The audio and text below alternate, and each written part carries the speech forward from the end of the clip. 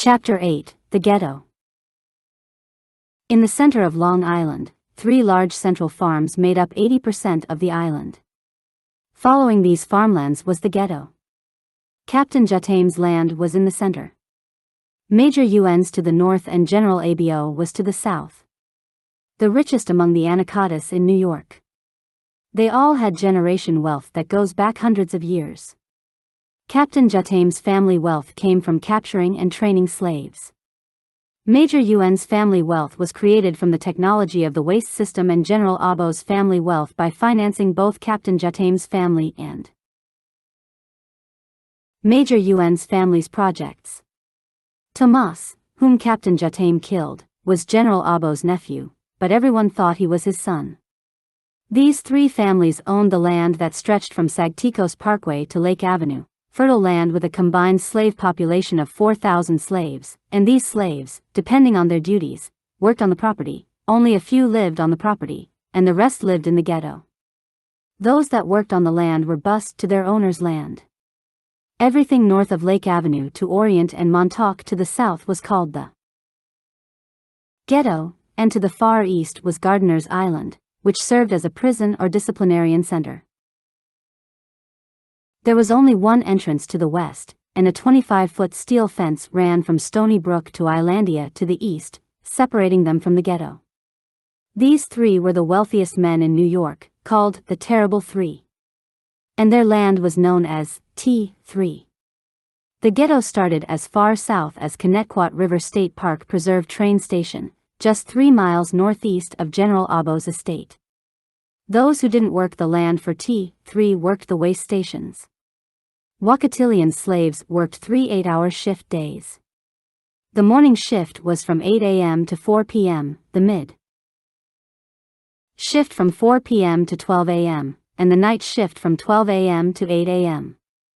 The train ran only 3 trains per shift in 30-minute increments, starting at 6:30, 7 o'clock, and 7:30 a.m., and if one didn't catch their train or was late, great pain would befall them and their family. The train station was the only entrance and exit for the slaves to T3. These trains ran incredibly fast as they shipped the people to the different waste stations in Burlington, Vermont, Richmond, Virginia, Columbus, and Cleveland, Ohio.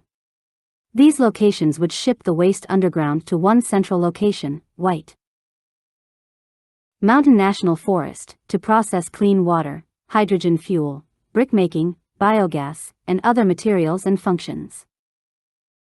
2 months on Captain Jatam's land, on Abooksigun's 16th birthday, Abooksigun, Dung, Owitz, Rana, and the twins made their way down to the captain's wine cellar and decided to drink a bottle of wine.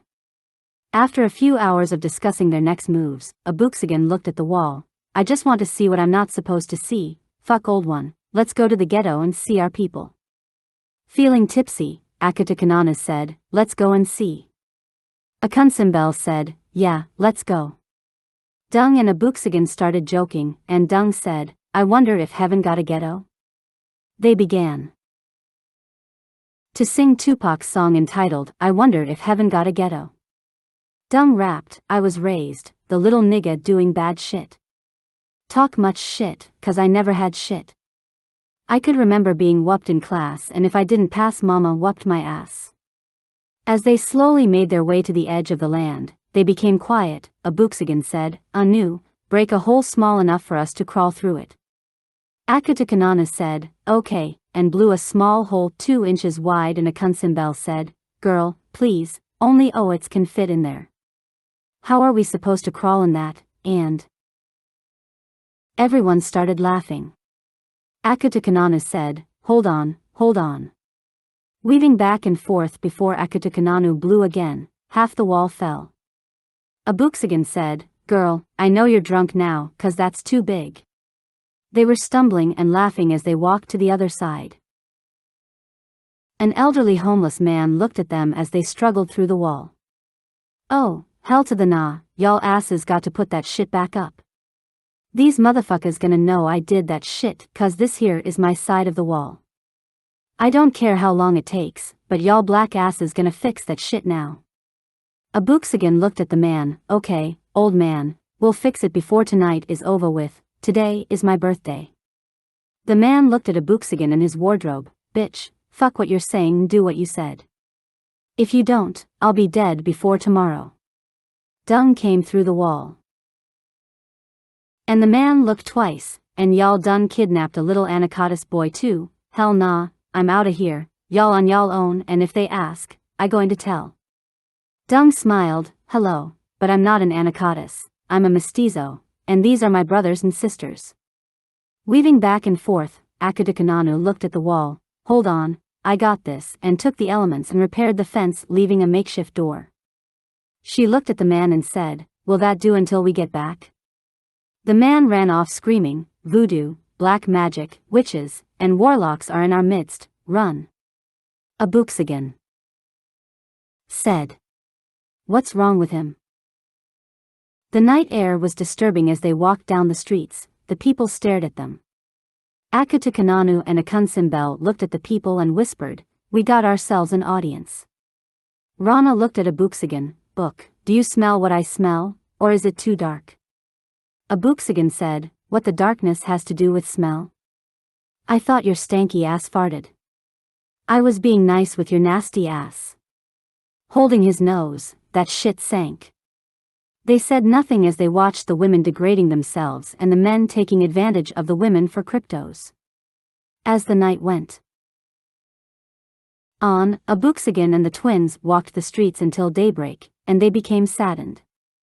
Akutukananu sang a song by her entitled Fighting for You, and Abooksigun song background with AkunSimBel, and the people started gathering around them, all the smoke in the air, feel the hate when they stare, all the pain that we bear. Oh, you better beware. Their guns don't play fair. All we got is a prayer. Abooksigun had never seen so much disrespect, low self-esteem, and degradation among his people that he cried. A stranger asked, why are you crying? Abooksigun got mad. Am I a robot to not show how I feel? Do you not see what I see? You foolish man. Who told you that a man is not supposed to cry? You fool, how can you even act like you're not a human living in inhumane conditions? Or has all this caused your heart to be callous? Abooksigun wiped the tears from his eyes and looked at the man in his eyes. I know you all don't know me. But my father once told me in the olden days, the South was the megacenter of spirituality, and the farthest away from the South, voodoo and witchcraft dominated the states. It was debatable if the one city in the South, New Orleans, had more witchcraft than the rest of the United States. That was in the ancient day before the Abenians, but one thing is for sure, we know Satan planned to dominate this planet, and it is what it was, before they arrived, for they are his minions.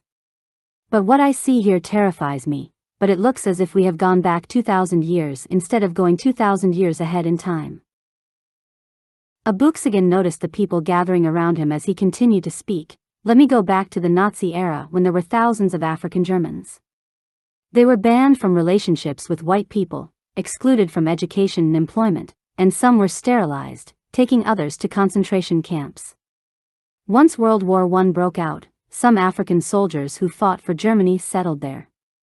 But there was a second group whose presence fed into the Nazis' fear of racial mixing.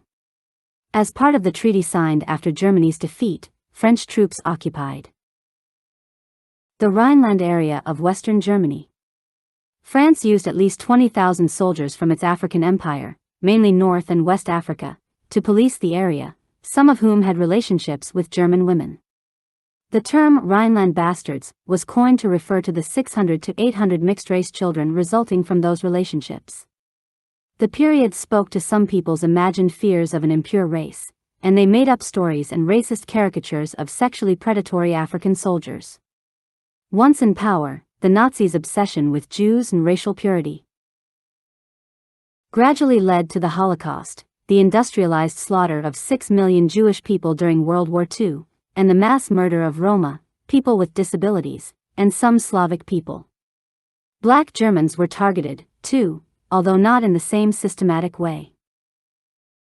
The Nuremberg laws, which outlawed marriages between Jews and other Germans, were passed. They later amended it to include black people and Roma in the same category as Jews. But fear of racial mixing persisted, and the mixed-race children from the Rhineland were targeted for forced sterilization. They forced men to have a vasectomy and were given a sterilization certificate, the only thing that allowed people to work. It also forced them to sign an agreement saying they would not marry or have sex with people with German blood. It subjected all black Germans to persecution under Nazi rule. The genocide of the Herero and Nama people in Namibia already led to a negative view of Africans. After Hitler came to power, they were harassed, humiliated in public, excluded from work and education, and rendered stateless. There was some resistance, but they kidnapped and murdered those. So, it's difficult to deny that black people also suffered at the hands of the Nazis. As time passed, many people would go into the hospital for a standard surgical procedure such as an appendectomy, only to find out afterward that they had been sterilized. America adopted this idea, and an untold number of women of color endured such life-altering experiences partly because of medical racism. Black, Native American, and Puerto Rican women reported being sterilized without consent after undergoing routine medical procedures or giving birth. Others say they unknowingly signed documentation allowing them to be sterilized or were coerced into doing so. In North Carolina, countless Americans who were poor, mentally ill, from minority backgrounds, or otherwise regarded as undesirable, were sterilized. What was known as the eugenics movement, this movement caught on like wildfire. Eugenicists believed they should take these measures to prevent undesirables from reproducing so that poverty and substance abuse would be eliminated in future generations. Developed mainly by Sir Francis Galton, his idea was to Abooksigun gestured with his fingers, to improve humanity. Eugenics was increasingly discredited as unscientific and racially biased during the 20th century, especially after the adoption of its doctrines by the Nazis to justify their treatment of Jews, disabled people, and other minority groups.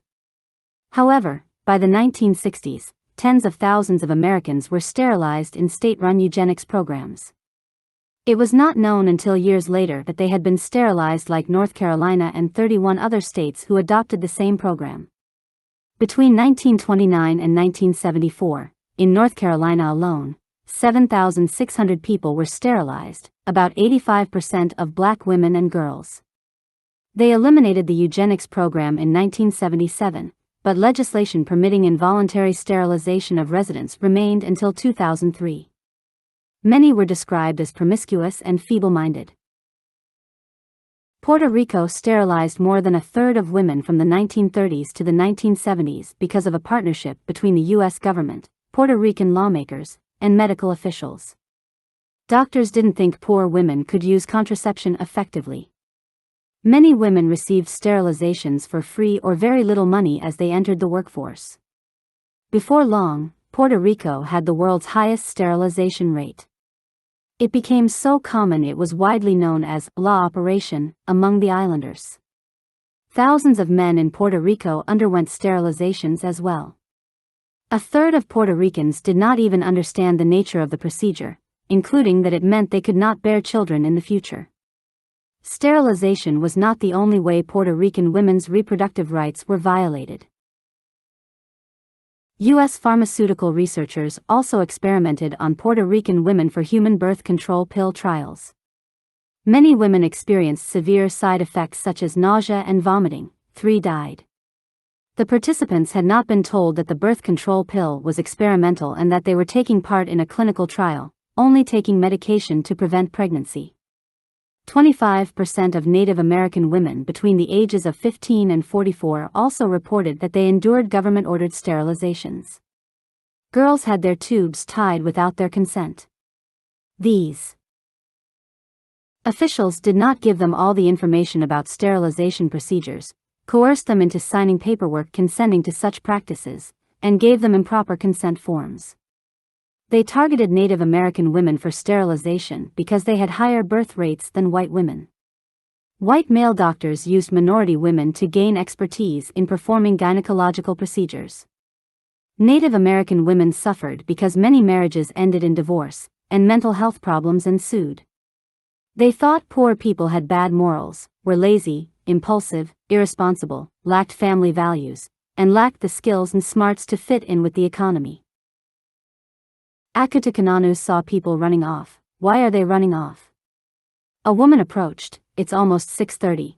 They are trying to catch the last train to work. As another man, how is all this that you speak about supposed to help us? Abooksigun, saddened by the man's words, I don't know yet, but you will as soon as I find out. But one thing I know, then he said, well, make that too.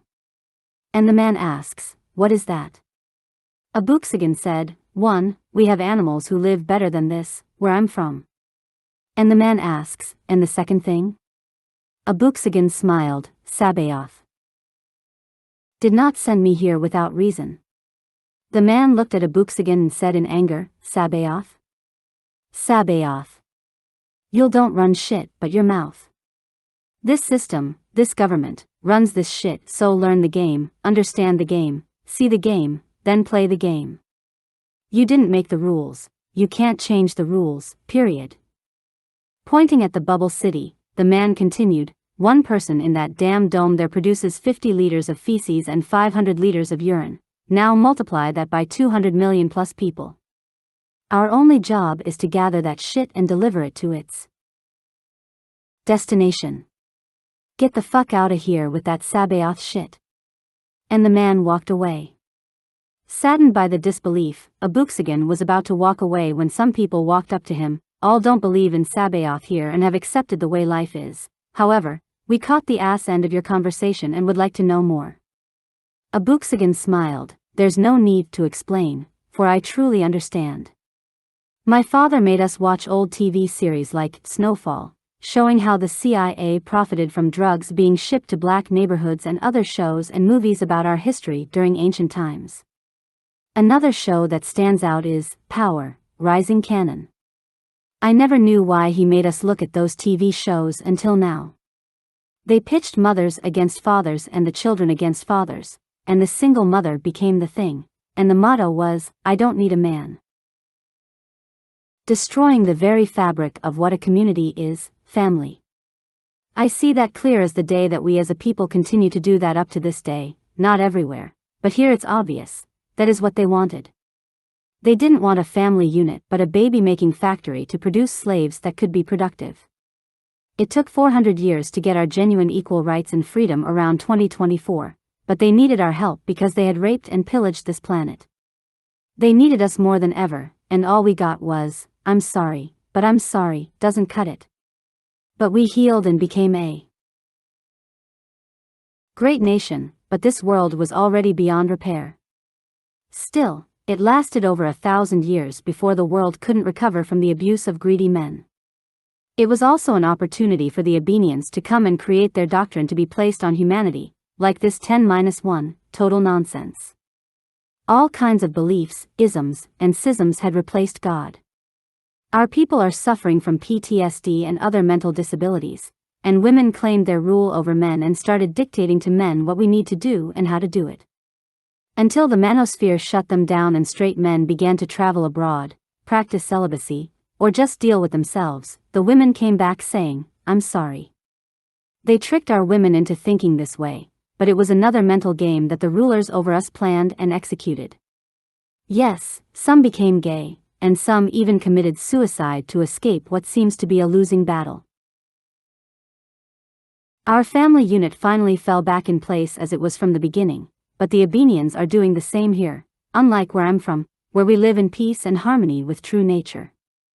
But here, the women are more masculine than I have ever seen. Being strong and masculine are two different things. My mother was a strong woman, but she learned to be submissive to my father, and we had a loving home. How long will it take before our people have the same ways of life again? I hope to Sabaoth. I don't have to wait here to find out. I will do his will and leave here as soon as possible. Hafez suddenly appeared before them. Where in the hell did he come from? One of the women asked. Abooksigun said to the woman, he's a speedster. And the woman said, a speed who? Abooksigun smiled, I will explain later, for we have not demonstrated the power of Sabaoth as yet, and turned to Hafez. Yes? Hafez said, "Man, we've been looking all over for you. Old One said you need to return. The general wants to meet tomorrow, and the major wants a meeting within the hour with Captain Jataim about." Whispering, "Our little meeting." Abooksigun and the small group had been up all night, and it was 9:30 a.m., and he quickly said to Hafez, "I forgot. Take me there, and you guys be careful and walk back as soon as possible." Hafez held Abooksigun and took off to the captain's place. Without changing clothes. Old One insisted that Abooksigun change, but he didn't, "Just make up a lie, and let's get through with this meeting," Abooksigun said after seeing what his people were going through. Old One agreed and continued on their way. As they made their way there, Abooksigun apologized for his behavior and tone with Old One and explained what happened at the ghetto. Old One explained why he didn't want him to go there until it was time, but Abooksigun looked at Old One. There's no way any time can prepare a person for something like that, but things have to change, and now, they discussed the matter as they headed north to Major Un's property. Arriving on the edge of the property, Rana and Hafez, the speedsters, were dropped off a mile away just in case they were needed as Deabra morphed into Captain Jataim. At the same time, Segamatsu looked up ahead with his X-ray vision. Segamatsu looked at Abooksigun. He is inside with two women bound hands and feet. One is bound to the ceiling and another to a bed. Abooksigun looked at Old One, "And you wonder why I get mad?" Old One said, "I understand, and I agree, but we have to play this one smart. We need all this land along the Great Wall to control the land. These three men are the riches in the land of the Anakotis." Abooksigun bit down on his lower jaw hard. "Yes, I know." Deabra knocked on the door as Captain Jataim, as Old One fed the words to say, "Open this door, you old motherfucker, and pour me a drink." Major Un opened the door and said, "Bring your wrinkled ass in, and I got us a surprise in the other room. Just the way you like her hanging from the ceiling, you little dick motherfucker." Deabra asked, "Where's the family?" Major Un poured them a drink. "You were gone so long they went with the Abenians off-world. Lord knows how long they will be there.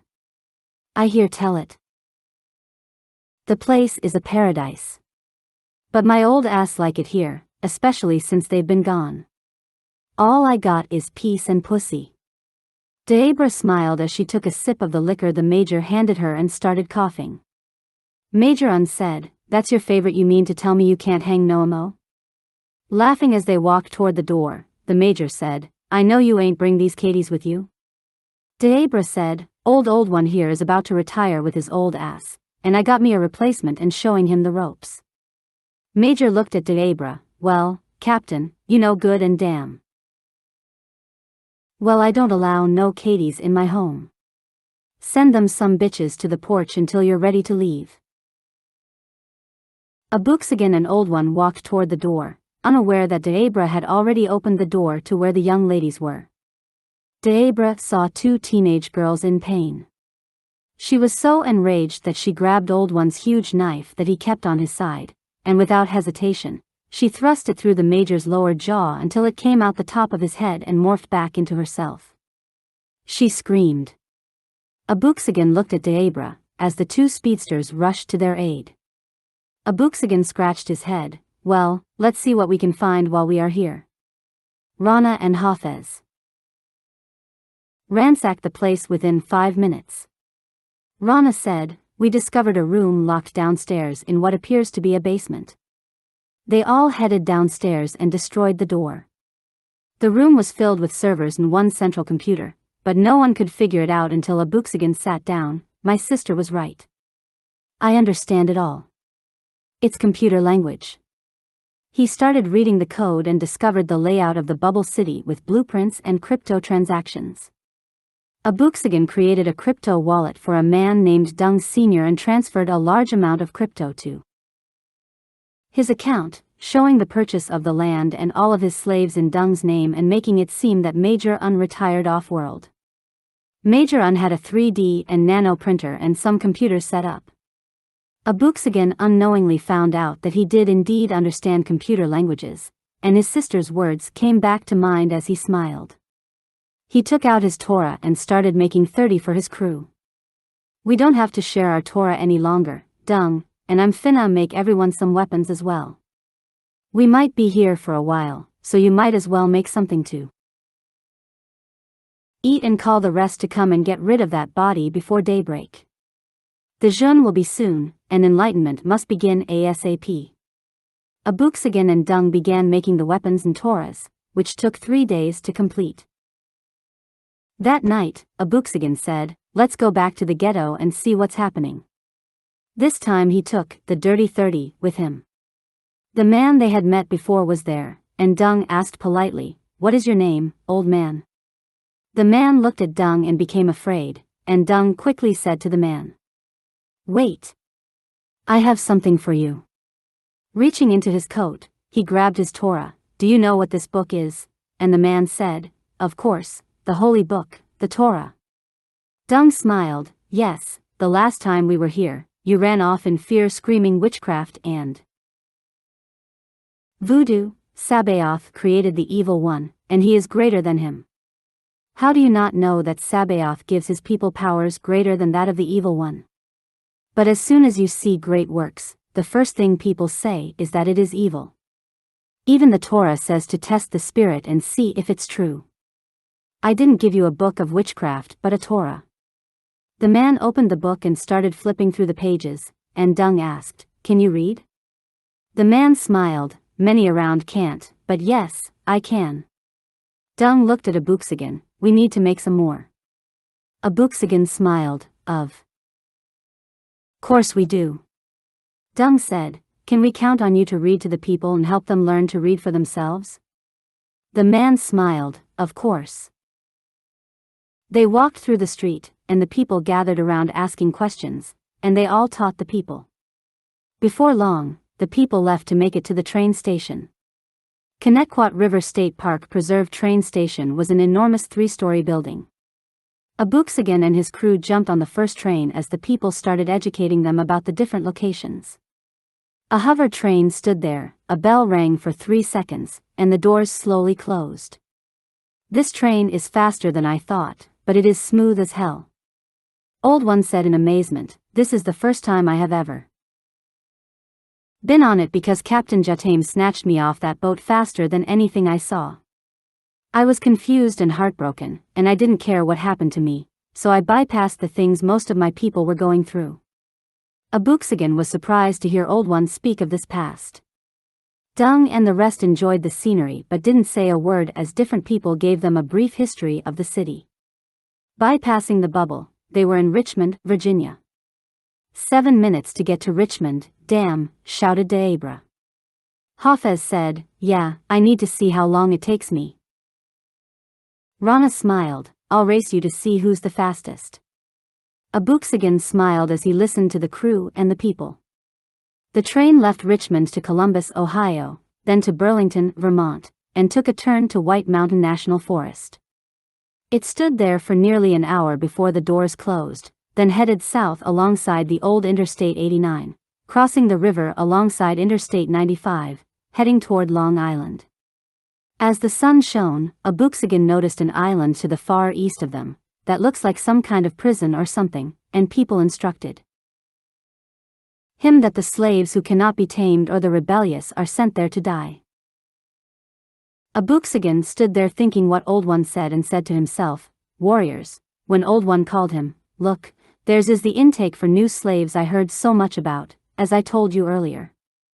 But because of Captain Jatame, I have never been there. But these people are manipulating people to become slaves, especially people from Haiti, Madagascar, and, look, Ireland." Pointing outside the window at a ship. "Do you see those markings on that ship? That ship picks people up from Ireland and other small surrounding countries. People who are hungry and desperate, ORE. That's old Ireland." No one knew about Abooksigun's family except Dung. Abooksigun kept quiet for the rest of the trip. The train finally stopped, the doors opened, and many people stared as they exited the train. "Are you the man that came by the other night speaking to the people and singing songs?" a lady asked, and Abooksigun smiled, "How can you tell?" She looked at Abooksigun from head to toe. Your clothing, everyone but you and this Anacatus, pointing at Dung, are wearing the same thing, and even these men with you wear burlap. Anacatus doesn't come to the ghetto as he does. Abooksigun looked at Old One. Well, I guess it's time to get with the program. Old One said, it's about time you put on what everyone else has on. Abooksigun smiled, no way, y'all finna wear what I'm wearing. You act like burlap is linen or silk. Y'all got to get with the program, plus, that stuff looks itchy. Do you think I'm going to walk around with that on? You're crazy, besides, I need to check out something on that computer again. Abooksigun thought about the prison and asked the lady, how do we get to the prison? The lady said, Gardener's Island, it's impossible to. But go to the nearest island and take a boat the rest of the way. Abooksigun looked at Agata, or a block of ice, and the lady said, excuse me, and Abooksigun said, oh, never mind, I was thinking out loud. Abooksigun and the men talked to the people, but Abooksigun became eager to return home. They finally returned home, ate, and discussed what they had learned, and Abooksigun fell asleep in Captain Jatame's recycler. Sounds awakened Abooksigun in the middle of the night in the basement. It was Dung making Torahs, rubbing his eye. Abooksigun said to Dung, I guess you couldn't wait. Dung smiled, I paid close attention to you the last time, and we all need to do our part. This one will be mine. Abooksigun agreed, assembled another computer, and started looking for the information on the prison and its security system, and then turned to Dung, what's up with that other guy on the other side of Captain Jatame? Dung quickly said, well, his son was the guy that old Captain Jatame shot and threw in the ocean. Abooksigun thought, we need him out of the picture before he alerts those Abenians of our presence, and we will have to fight, and these people haven't even been enlightened. Daybreak, we have to see him because I wonder what he has over there. There's nothing over here about what's over there. It is a completely separate system, or it's not networked to each other. He was supposed to get back in touch with us and hasn't. He might just have to be knocked him off like old Majorun. Dung agreed. Chapter 9, Juneteenth.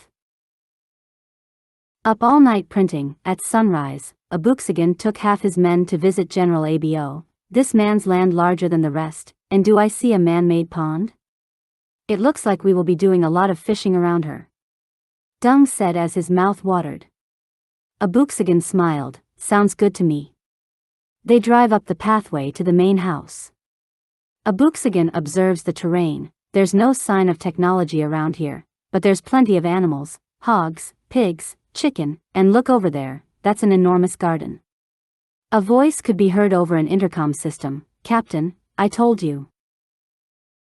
I'll call you and not the other way around, get your ass off my damn property, and where in the hell is my damn son? You've been here, and not once did you bother to tell me about my son. Deabra looked at Abooksigun, scrubbing his shoulder. Segamatsu looked and shouted, he has a gun. Rana said, I got this, and took off running. He took the gun from General Abo and tied him up while the rest walked up to the house. Dung walked up to the general and grabbed the man's gun, pointing it at him, and Nafisa, his guardian angel, appeared before him. No, he is a servant of Sabaoth.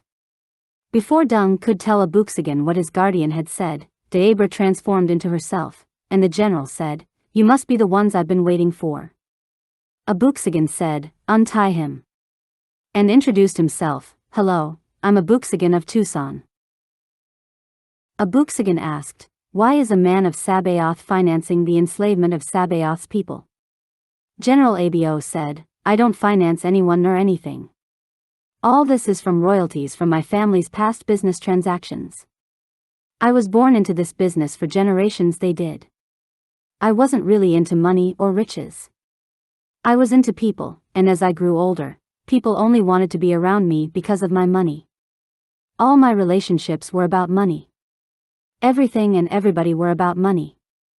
I had been with plenty of women, but I wanted something genuine, and then I met my wife. She was pure, she was genuine. We were just friends even though I was taught to treat her as a lesser because she was Wakatilian. She showed me what love is and can be.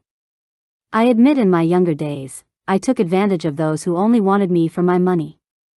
I knew by their actions, not by words, not by deeds but by their actions, and as I aged, it hit me, and I saw and knew what I wanted. I wanted peace, no lies, no deceit, just honesty. My wife initially got me into nature, and I transferred her actions into reality and found Sabaoth. But it was my family that ran this business, and my sister and I inherited it. When she died, I took her son, Tomas, as my own. I was willing to give it to him, for he was a reflection of how I used to be, not only me but many others around here. I was going to leave it and that world to him. When I found love, I mean real love. I didn't care about any of this stuff, but it was not my call. When I was about to leave all this to Tomas before he left, Mletsi appeared and told me to wait until I met his people and give it to them. And I would see my wife again. My first love, Shartati. General Abo looked at Dung with a smile. My son is around your age, and you remind me of him so much. His mother is Shartati. Like I said, she's Wakatilians, and I sent them off to her relatives down south. Walking toward a bookshelf, he pushes a button, and a small drawer opens. My beloved gave this to me long ago. He handed the book to Abooksigun. He looked at it, the Torah. General Abo smiled, saying, yes, and I have many other books. Before the Mayflower, Malcolm X, and many more. She taught me so much, and I love her for opening my eyes. Dung asks, where is she now? General Abo smiles as he thinks about his family, in Atlanta, Georgia, near a valley called Kirkwood, on 57 Howard Street. Her parents are Rupel and Cassie from the Floyd clan. I don't know what all of that means, but I'm determined to find out. I kept it and held it to memory until I left, and now that will be tomorrow since you are here. By the way, I'm not a general, and Major Un isn't a major. Neither of us has ever been in the military. It has always amazed me how these people love titles. Only Captain Jatame was a captain of that ship. Dung smiled, past tense, wasn't. Major Un passed not too long ago. General Abo shook his head. I don't know who was worst, Captain Jatame or Major Un. Dung shook his head and smiled again. Captain Jatame is another one who is no longer with us, and by the way, Captain Jatame murdered Tomas. General Abo smiled. Well, you can have this land, and now you have all three. As Abooksigun, Dung, and General Abo talked, the rest of the men walked around the property admiring the land and taking in the scenery when they came across a tiny shred filled with sky crafts they had never seen before. Old One returned after 20 minutes. Abooksigun, you got to see this. Everyone walked toward the shed, and General Abo smiled. Oh, I see, you saw my sky crafts. I call them mosquitoes, not much on technology, but I love to drive fast. My transportation to Atlanta. Admiring the craftsmanship, Abooksigun and Dung got on the vehicles, and the general politely said, they are not ready. I'm still trying to fix the generators. They are too loud and not as smooth as they need to be. I only want you to hear these things coming when it's too late. That's why I call them mosquitoes. Yael, Mletsi, and all their guardians appeared before them, saying, Sabaoth is pleased with your progress, but now you must take action. Take those in prison and perform the holy jeûne and teach those to embrace their gifts. You will have 12 years of peace. Afterward, there will be utmost violence, and all must be ready. Those who are not shall surely die. Mletsi turned to General Abo, saying, because of your faithfulness and patience, Sabaoth has given you a new name like no other. Abenian shall be your name from this day forward. All must be finished before you make that journey, and you must be enlightened for your patience and obedience. You shall find peace for the rest of your days. After enlightenment and the prison break, you shall leave, but you and your family must remain in Georgia until you unite with the people from here. Then make your journey to Arizona through Tallulah, where Sabaoth gathers his people. Nowhere else is safe for you and your family. Abenian takes time to recover from his day as the men shows him their gifts, and the sight of Mletsi has him in a state of awe. Abooksigun tells him about his father and mother and the gifts Sabaoth has shown his faithful followers. A thought crosses Abenian's mind: in a week, there will be a glorious celebration in the ghetto. It's called Juneteenth, and the entire city will be drunken, and it is the perfect time for a prison break, and we can just walk through without any trouble. They have now acquired the entire T3 territory. Abooksigun and the entire team made adjustments throughout the land the whole week. They combined the technology and surveillance equipment while Dung, Abooksigun, and General Abo, now called Abenian, made plans to overtake the prison. Hacking into the prison system, Abooksigun configured all security cameras and weapons to operate through a handheld tablet.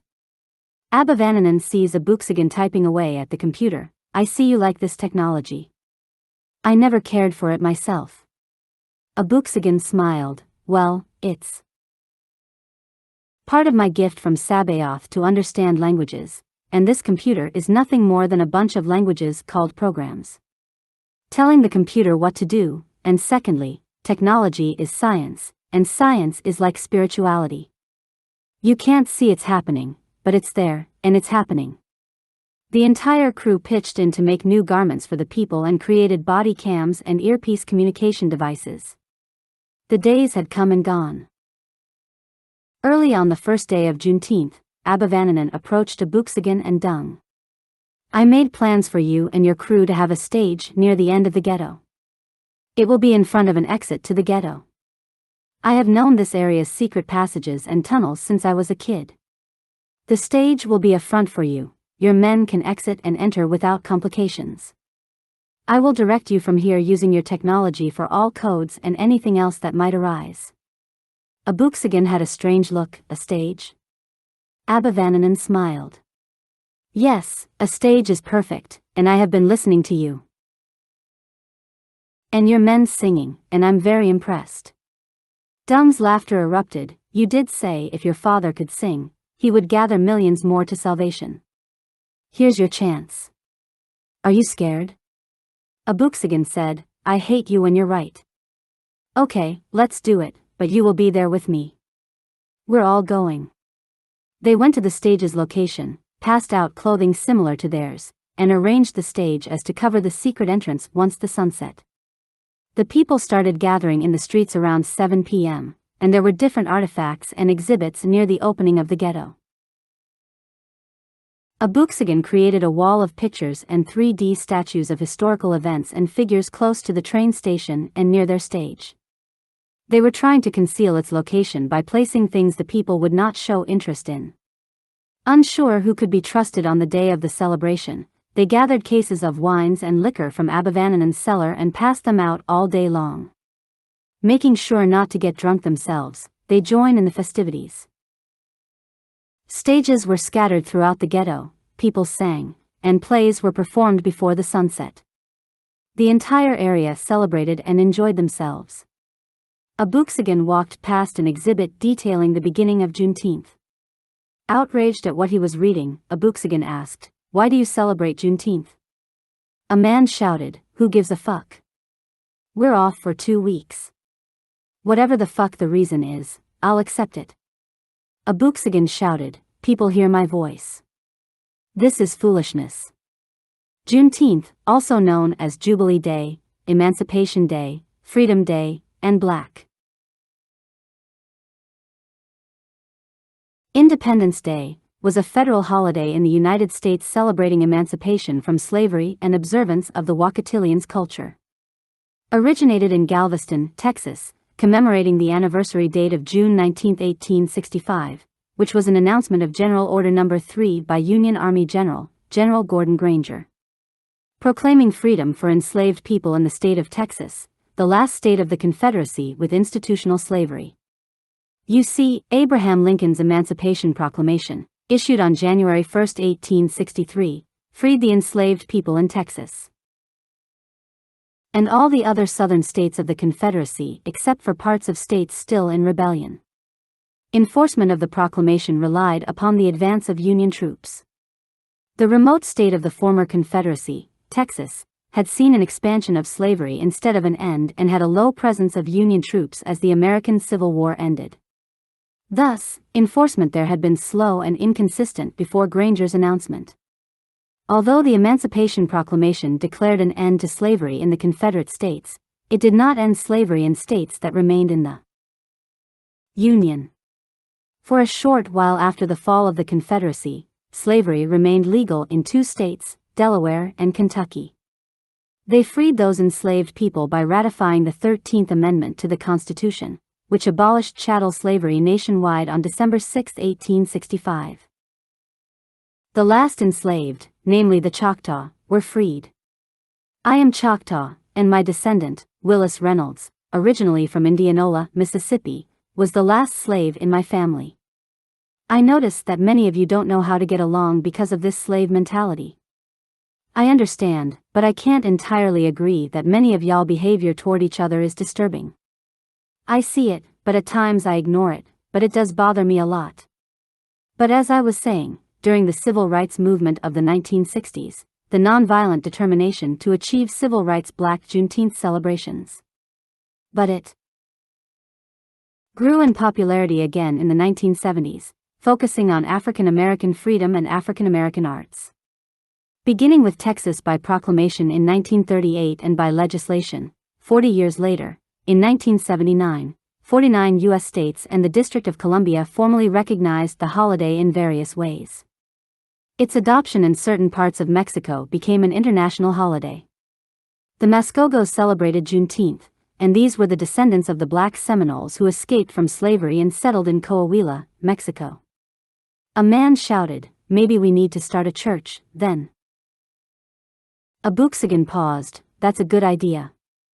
He continued, "As far as history is concerned, many things happened between what I have already said but regarding the celebratory traditions. It often includes public readings of the Emancipation Proclamation, singing traditional songs such as Swing Low, Sweet Chariot, and Lift Every Voice and Sing, and reading works by noted African American writers such as Ralph Ellison and Maya Angelou. Juneteenth celebrations include rodeos, street fairs, cookouts, family reunions, park parties, historical reenactments, and Miss Juneteenth contests. Juneteenth was the last Wakatilians' holiday in our old system of government, for we only had a few, like Martin Luther King Jr. Day, Kwanzaa, and Black History Month. The man looks at Abooksigun strangely. "Let me get this right. You're telling me that we, as Wakatilians, got freed thousands of years ago, and we're celebrating freedom when we're slaves?" He shook his head. "That's confusing." "Oh well, fuck it. Let's party." A drunken man walked up to Abooksigun. "Why do your ass talk so much?" Stumbling before he caught himself, he continued, "And why are we celebrating this shit, and we're still in bondage? We're some foolish ass people." The man was about to vomit and saw a liquor bottle on a table behind Abooksigun. "Hey! Pass me another bottle of that gin." Passing the man the bottle, Abooksigun laughed as the man stumbled away. Akutukananu called on the earpiece, "It's time." Abooksigun looked at the people. "I have been invited to perform at one of the stages. Come and let us show you how to celebrate the real meaning of Juneteenth."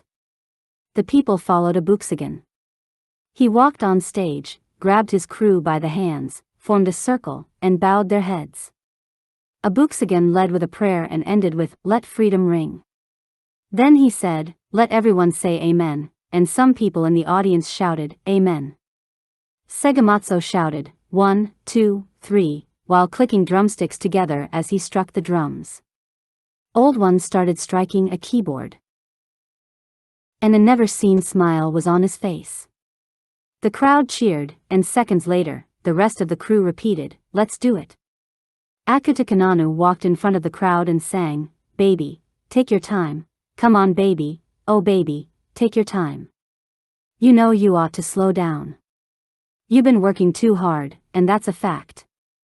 Performing "Take Your Time" by the SOS Band. Rana and Hafez performed "Soul Food" by Goody Mob. As the crew switched back and forth singing in different groups, the crowd was amazed and cheered them on. After an hour, they took a break. The rest of Abooksigun's men performed plays, and some crew members used their gifts to illustrate magic tricks. The people were amazed and happy. They returned to do another set, and a man shouted, "Tell me, who the fuck do you think you are coming here giving people false hope?" A tear came to Abooksigun's eyes, and he said as he looked at the crew, "Let's play AkunSimBel's favorite song." Abooksigun sang, "I'm just a nobody trying to tell everybody about somebody." An old classic song by the Williams Brothers. He started singing other songs like "Mercy Me" by Marvin Gaye. When he was about to end his set, he saw the young lady on the train who had asked about his clothing and sang one more song. "Priceless" by Joe Thomas. "Yeah, this feels like one of those songs. This my dedication to that shorty from the ghetto, so priceless." Old one looked at Akutukananu and felt her jealousy. After the song, Abooksigun walked up to the lady, and she smiled, "I see y'all wearing the same clothes now. You trying to make a fashion statement or start a trend?" Abooksigun smiled and said, "Both. You need to go get one before they run out. They are passing them out near our stage, if you want to get one." Dung shouted at Abooksigun, "Let's go. We got to get out of here." Abooksigun asked the young lady, "I'm so sorry, my name is Abooksigun. How are you doing?" The young lady smiled, "Hey, I'm Lishan," as she reached her hand toward Abooksigun. Grabbing her hand, Abooksigun smiled and asked, "How long will you be here?" She said, "All night." Abooksigun said, "I'll be back later. I hope I find you when I get back." She smiled, "You will." Leaving a few crew members behind to watch the stage, they recited poetry and performed magic tricks. Abooksigun made their way through the secret entrance. Dung was excited as he enjoyed the celebration. "Man, that was fun, we got to do that again." Abooksigun, with a smile, "Yes, that was fun, and that girl is beautiful, and you know what?" Dung said, "What?" Shaking his head, Abooksigun said, "That church thing is a good idea. There hasn't been a church around for centuries. It just might be what we need here." Dung said, "Sabaoth gonna have us as America's most wanted, ain't nothing but a gangsta party, ain't nothing but a gangsta party," as Dung and Abooksigun sang two of America's most wanted by Tupac and Snoop Dogg. As they got closer to the prison, Dung stopped, "Listening to you earlier, I never knew the Anakitas and Computans were slaves." Abooksigun said to Dung, "Yeah, the transition to African slaves happened after the Moors lost their grasp on Europe when China's fire sticks or firearms were invented. Kings like Agaja of Dahomey and his guards who were called Mino, or mothers. Agaja stands out to me because the Minas were female warriors known for their fierceness and courage. During the peak era of the European transatlantic slave trade, he raided and sacked all slave trading forts set up in the coastal areas of his kingdom by Europeans. King Agaja burnt everything down and blocked supply routes because slavery conflicted with his development. Europeans tried to get other African slave dealers against King Agaja but failed, but after being eager to gain firearms, Agaja agreed to resume the slave trade.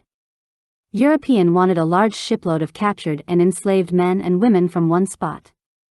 But since Dahomey was in constant conflict with the Oyo Kingdom or Western Nigeria, there was always a teeming number of Africans captured on both sides and given to Europeans in exchange for European firearms. Millions of these Yoruba descendants are found in Brazil, Trinidad, and Tobago because their population was wiped out. There are no black Argentines even today, but plenty of black Brazilians exist. Sometimes, one horse was exchanged for 15 captives from these battles.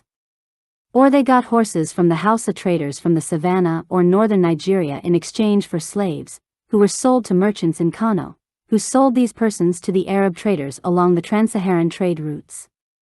Europeans often miscalculated how long it would take Dahomey to gather a shipload of captured men and women. Slaves often exhausted the coast's food supplies, and thousands died of starvation. King Wegbaja of the Oyo kingdom devised a scheme that often estranged descendants of enslaved men and women. He began sacrificing these men and women to a deity he conceived. He convinced his subjects that he was doing the captives a favor instead of allowing them to die of starvation. These were their enemies, and he told his people that the sacrifices would ensure the power of their kingdom over rivals like the Oyo kingdom to their east, which the Dahomey people hated, and the Ashanti kingdom to the west. This was the root of mass human sacrifice often attributed to the Dahomey kingdom and voodoo. There were enslaved men and women from Ketu of the Oyo kingdom who would express thankful relief when these European slave ships arrived and halted the sacrifices on sighting slave ships. But the Yoruba kingdom of Oyo made Dahomey a tributary state of their kingdom and demanded slaves as a tribute to the Oyo crown. Dahomey broke free eventually and declared war on the Oyo kingdom, which was eclipsed by the British and the French conquest. Europeans saw these bloodied scenes occasionally, saying they saved Africans from mass sacrifices. It's all in a book called Sins of Our Fathers, where the author wrote that many Europeans persuaded him to state clearly that the transatlantic slave trade was the responsibility of the African chiefs. In response to this, historian Walter Rodney said, as though, without the European demands, there would have been captives sitting on the beaches in their million-inch waiting to be chained into the slave ships. As Abooksigun got closer to the prison, they became quiet. Once they reached the shores of Napeague, New York, they were 3 miles away, with water between them and the prison. Abenian said over the earpiece, "The rest is up to y'all." Abooksigun said, "No problem. Agata, Dame Ray, are you thinking what I'm thinking?" Dame Ray looked at him, "Way ahead of you." Looking at Rana, "Let's try something. It takes me approximately 3 seconds to freeze enough water to walk across. Carry me so I don't have to walk, just fast enough to make this process faster." Agata agreed to go behind them and reinforce it. Rana smiled, "No problem." Waiting at the shore while Rana, Agata, and Dame Ray created an ice bridge, Old One said to Abooksigun, "Don't get me wrong, but you are one of the most cryingest motherfucker I have ever met in my whole life.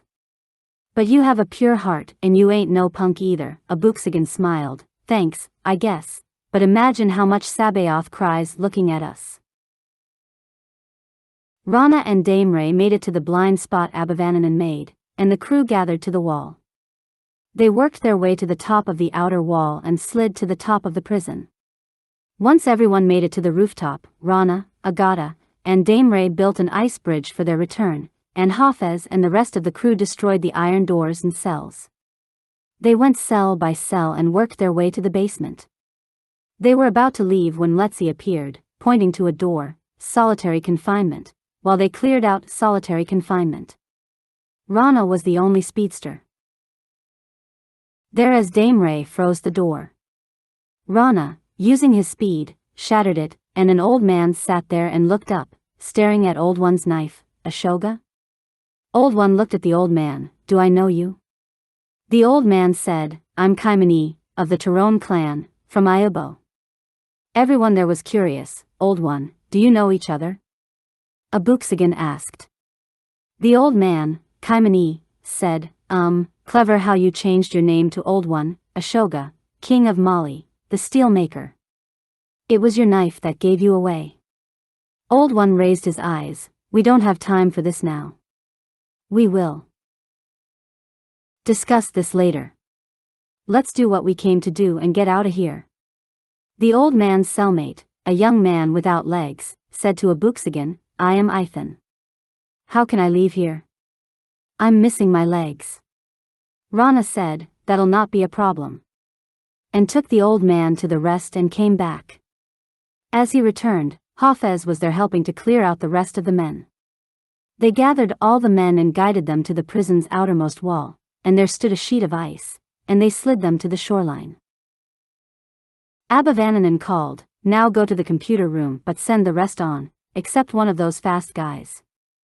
Abooksigun said, "A speedster?" Abenian laughed, "Yeah, one of them." Guiding them to the computer room, looking at the blueprint of the building as the 2 men appeared as dots, Abenian said, "Stop, that door on your right." All the guards lived on the island, and that prison was pretty much a world of its own. They make their own rules and run it how they want, so we need to hack into the computer system to prevent them from sounding the alarm to the, as you say, the bubble. Turn the laser cannons 180 degrees and build a heat-seeking force field of laser to prevent them from exiting the prison and island. Weld the door shut, dismantle everything, alarms, boats, and sky crafts if they have them, and get the hell out of there. Once everything was done, Rana carried Abooksigun to the wall where they were sliding down to the shoreline, and Abooksigun asked Old One, "So, who's the old man, Old One?" Old One had a look on his face Abooksigun had never seen before as Old One said to him, "My family was the number one in making and creating things of iron and steel, and this knife has been in my family for centuries. I'm the last, at least, I thought I was the last of my people." Old One slides down the ice without finishing his statement. As he felt the ice across his backside, memories came to him as a kid playing with his brothers and cousins down a waterfall. Flashes of his wife and kids saturated his mind as he sleds to the shoreline with the crew and sees the old man again. Old One cries. He sees the thoughts of what the old man thinks of him and the honor he holds of him. Old One slobs like a baby. Abooksigun looked at him, crying ass nigga, Once we get rid ourselves of our demons, we can be human again. Demons like lust, pride, hatred, and selfishness prevent us from being humane. We become human, we become spiritual, godlike, and only then can we cry. Old One looked at Abooksigun. "The old man is my great-uncle." Abenian shouted over the earpiece, "There are some teenagers goofing off just a quarter of a mile from you. They saw you. They are heading to their sky craft. You must catch them before they get away, or else all this will be for nothing." Hafez quickly ran toward the teenagers and captured them all. "What am I to do with them?" Abooksigun answered, "If you let them live, we shall go to war. If you kill them and hide their bodies, we have a chance to finish what we came here to do. Now, you tell me." After questioning the teens, the prisoners voluntarily killed them, tied them with stones, and threw them into the sea. The prisoners that could fit into the new garments made by the crew put on the outfits, and the rest were escorted to Abenian's home as the women made a big breakfast for everyone. Abooksigun and the Dirty 30 were so excited they could not sleep, so they all went to the Juneteenth celebration again the next day. Some prisoners joined them, and they sang like never before. Abooksigun got up on stage and started singing, "Yeah, this is for my brothers in the hood and the high risers, on the mansions with the maids."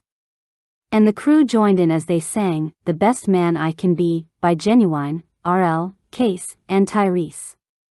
Touched by the song, the prisoner without legs, Ethan, said, "Would like to do a couple of rap songs." Abooksigun smiled, "No problem." Abooksigun and Dung picked up Ethan, taking him to the piano. Ethan began playing the piano. "I done been in bad situation but now a nigga up now. I done been in bad situation now a nigga up now." Performing Bad Situation by Moray. The crowd cheered as Ethan and Dung sang Ghetto Story by Boozy Badass and MO3. Everyone cheered him on, and Abooksigun laughed, "Man, you're good, do one more."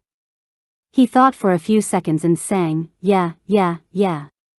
You was my dog, you was my brother, you was my fam, you was my kin, all, or nothing." Performing another song by Moray called Switch Up. Abooksigun and Dung were impressed, "Man, you killed it." Ethan smiled, "It runs in the family from my great-aunt in Ireland to my cousins." Dung stopped him, "Hold on, Abooksigun's mother, Anaya, is from Ireland." Ethan said, "That's cool, my great-aunt was named Anaya also, the Queen of Ireland." Abooksigun pulled out his necklace and said, "This Anaya?" Ethan smiled, "Yeah, the same one, we're cousins." Excited, Abooksigun looked at him, "Come back on stage for the last song. Please." The entire Dirty 30 was on stage, and then the music began, they played, and the crowd danced. "Get your boogie back down, y'all. Where's all the humping people at? Where they at? As they performed their last song, Humping, by the Gap Band. The show was a tremendous success. The people had never enjoyed themselves in such a long time. They wanted more but now tried, and sleepy Abooksigun and Dung carried Ethan back to Abenian's home. Dung asks, "How did you lose your legs?" Ethan replied, "When I arrived here almost a year ago, I came ashore with both of them. They punished me slowly, first my toes on my right foot, then the left foot, then the rest of my right foot, and then the left. Then my right leg up to my knees, then the left." Dung asked, "Why?" Ethan said, not bowing down and speaking to the inmates about Sabaoth and hope. "Some of my worst enemies were the inmates because they either hated the truth or didn't want to know it. Knowing the truth meant you needed to change. And I realized you could tell someone 1,000 times the truth, and they will debate it all the while that truth is happening around them, and then when it takes place, they will say, 'I didn't know.' No. You didn't want to know." Abooksigun, Old One, and Dung divided the people throughout T3. The non-believers moved to the ghetto. However, he insists they work together on the land for food and other essentials, saying, "You don't work, you don't eat." Abooksigun starts calling the people's names to move to the ghetto: Rainy, Sabrina. Lanzo, the Muslim from earlier, knew these people would die, so he walked up to the front of the line before his name was called. Abooksigun saw Lanzo but ignored him as he continued to call out the names: Tanaya, Alamai, Barakat.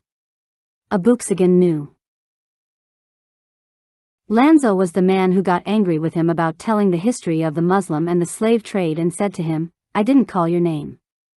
Lanzo said, "I know it will be called." Abooksigun said, "I didn't create history. Get your happy ass back out of the way. You're supposed to die just because we disagree with history, and what makes you think people who live in the ghetto will die?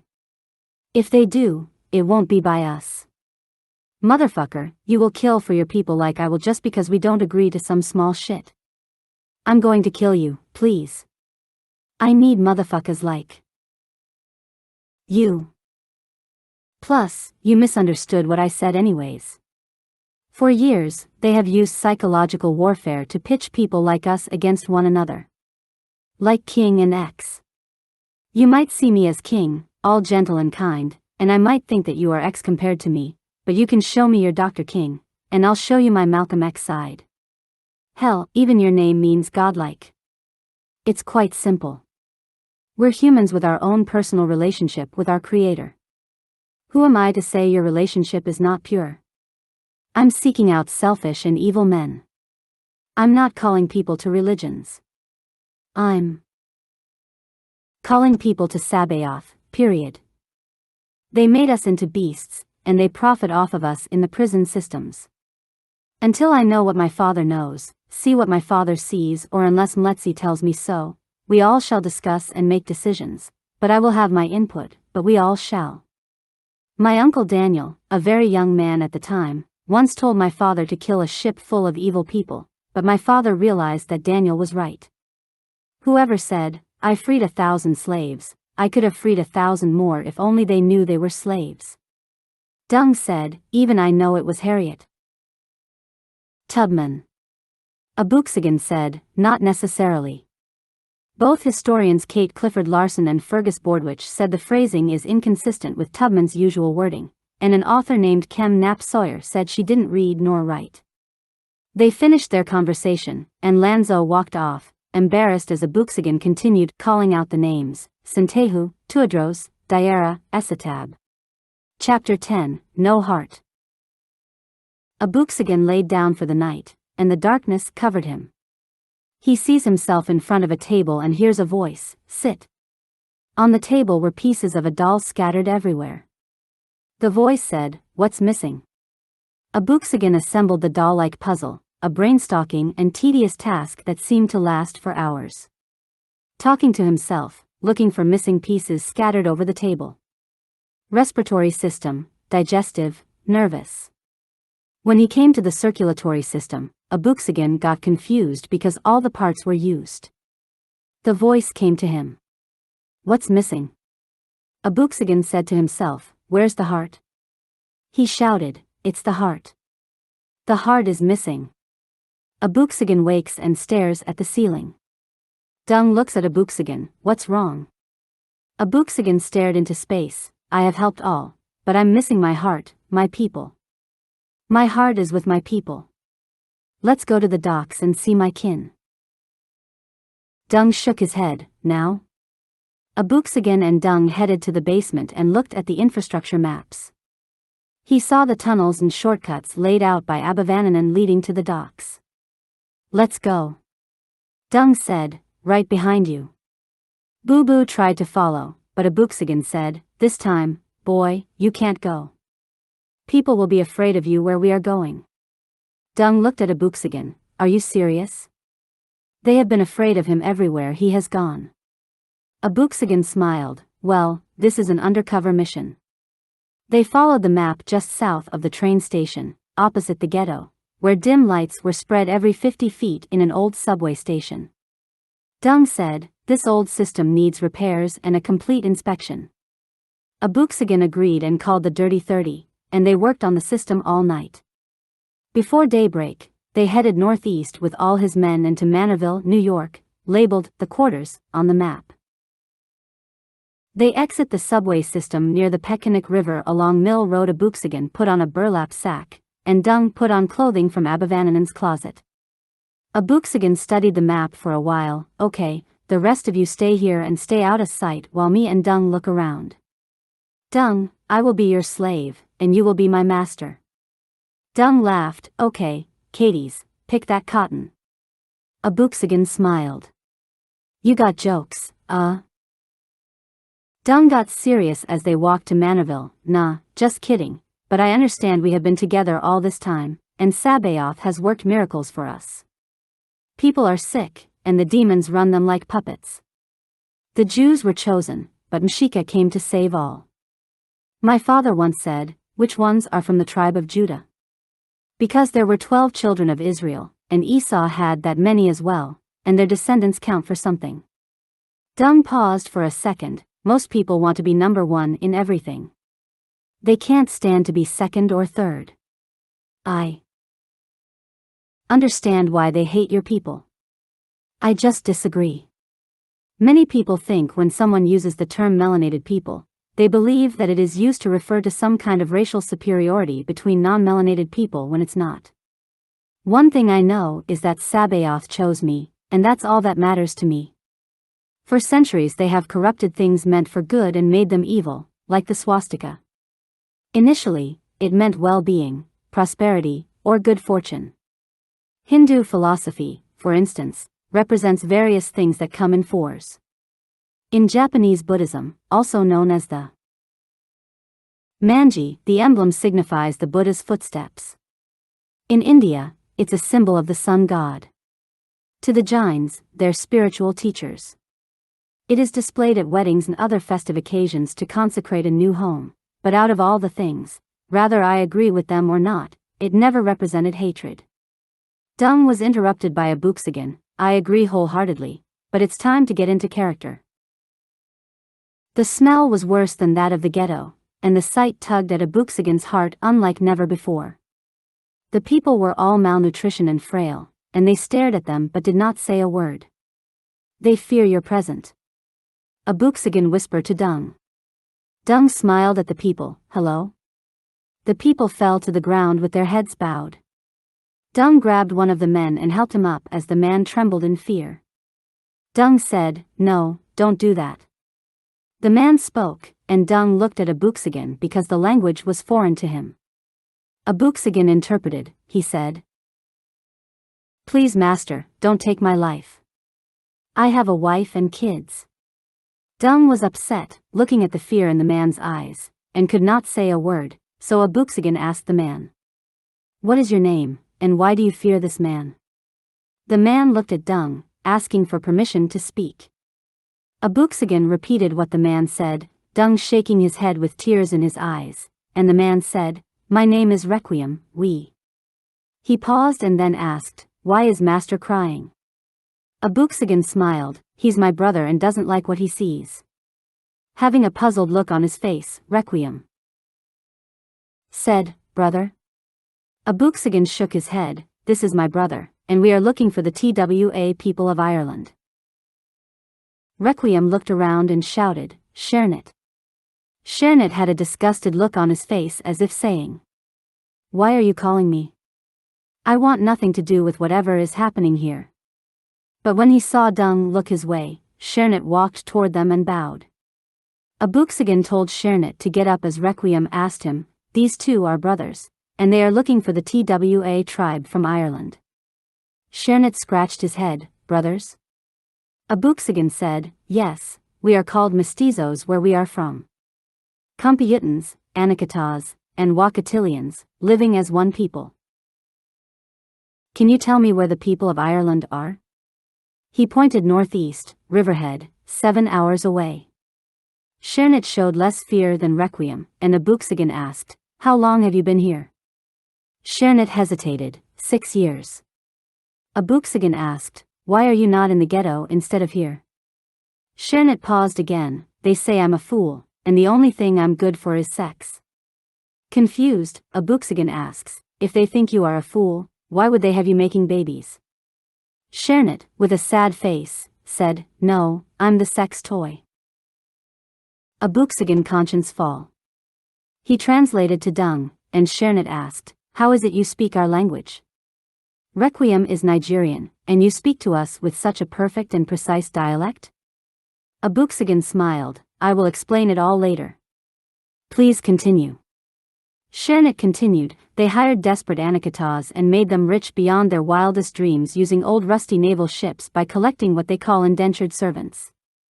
They lied to many of us and asked them to pay the price of 1 year of servitude for freedom here in this country. It was very lucratively, and the cost increased every year as these immigrants rushed to get out of the country they were from with no chance of freedom. The first so-called servants were just a few hundred Wakatilians from Brazil, Haiti, Colombia, Jamaica, Puerto Rico, Trinidad and Tobago, Barbados, Argentina, and Grenada. Hell, the entire world, promising to send for their relatives afterward to do the same. They agreed to work in hopes of land and rights. Little did we know it was just empty promises and straight-up lies. Many of our people died long before their indentured service ended, and those who made it were denied their freedom. Like me, those who volunteered did so only because our future in our homeland would only be more poverty, disease, and oppression by the Computans and the Abenians. As these ships were docking, we discovered it was just another battle for survival. The land between Manorville to Riverhead is called the quarters, and the Anakitas who work these sections are called runners. A large group of greedy and heartless runners swarmed aboard the ship. Before it could even dock, grabbing us and forcing us to these tenements, charging an outrageous fee for their services. Some of them had to settle in the ports they arrived in, begging on every street corner where most of your people live. Our people suffer from all kinds of sickness and have to deal with premature deaths regularly, especially your people. 75% of infants die during birth. As Shernit spoke, a man came out of the house across the street, zipping up his pants, speaking French. He shouted at Dung, and Abooksigun, remaining in character, fell to the ground, and the rest of the people nearby. "You must be new here because there cannot be any other reason you're speaking to my Katie. Get your ass out of here while you still can." Dung looked up and walked over to the man, punching him so hard it knocked him out, and looked at Abooksigun. What was he saying? Abooksigun laughed. "Does it really matter?" Dung opened the door where the French man exited and saw men, women, and children lying naked, and some were even tied up while men raped them. Dung walked into the house, killing every Anakitas inside, and freed the people. Abooksigun entered the building, and I thought the ghetto was bad. Abooksigun immediately called his men, guided them to their location, and ordered his 2 healers, Maven and Amarian, to heal the people. "Black and Hound, you copy?" Black and Hound responded, "Go ahead." Abooksigun thought before saying, "Make your way around the ghetto and head toward our location. Bring all the sky crafts and warriors to our location and be prepared for war." Black and Hound got excited at the sound of fighting and quickly said, 10-4. The Frenchman woke up moments later, tied up, and shouted, "Who the fuck do you think you are?" Abooksigun slapped the man, "Who do you think you are?" The French looked at Abooksigun with outrage. "Katie, you dare slap me? I am going to kill you." Abooksigun sat down in front of the man. "I've always wondered why people say shit like that when they are in the worst predicament." Taking out his knife, he cut off the man's finger. Question, "What will you say next?" "I'm curious." The man said nothing but looked at Abooksigun with anger in his eyes. Abooksigun slapped the man again as Shernet and Requiem looked on in disbelief.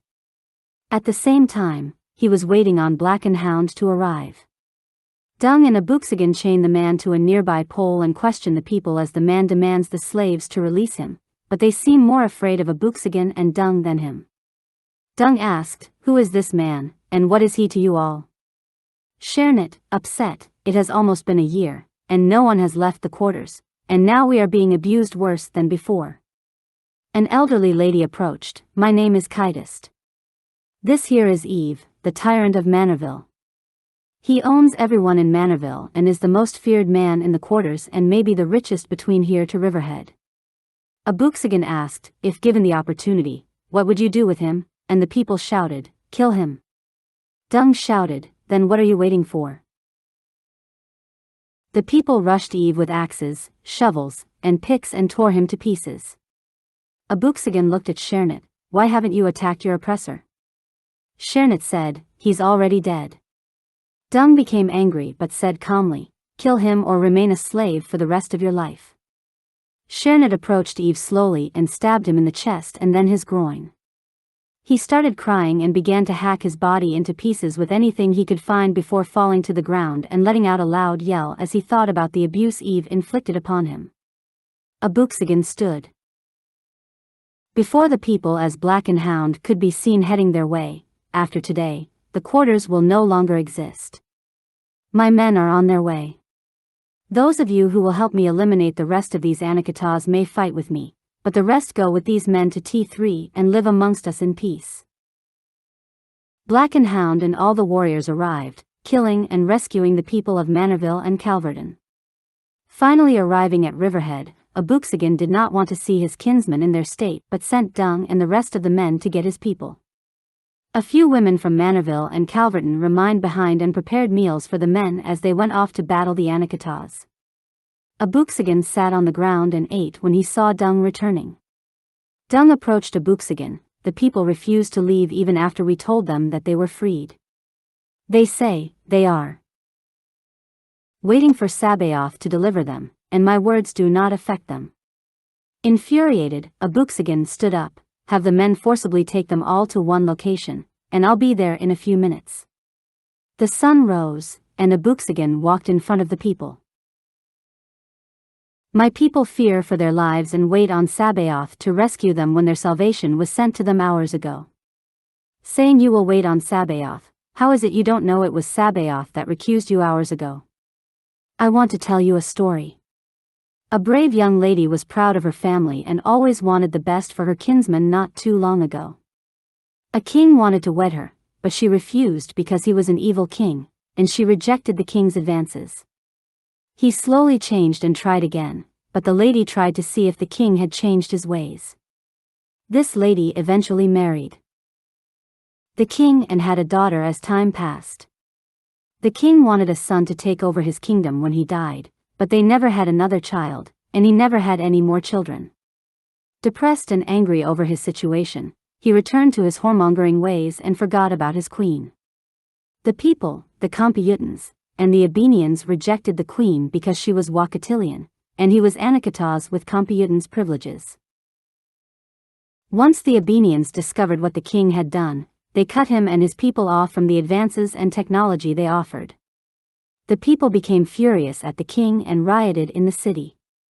Before the lady married the king, she was about to marry another man, and once the people and Abenians saw the king's wife, that man and even her greedy uncle betrayed the lady.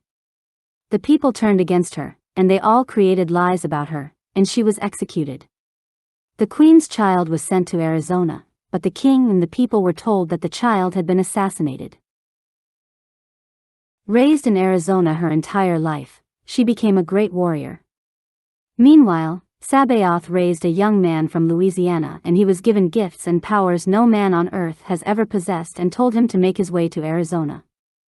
As a lone warrior, he quickly trained others, and Sabaoth granted him and all that followed him and believed in Sabaoth various special gifts just like him. Before he made it to Arizona, he had a powerful army that destroyed the Abenians and everything they touched.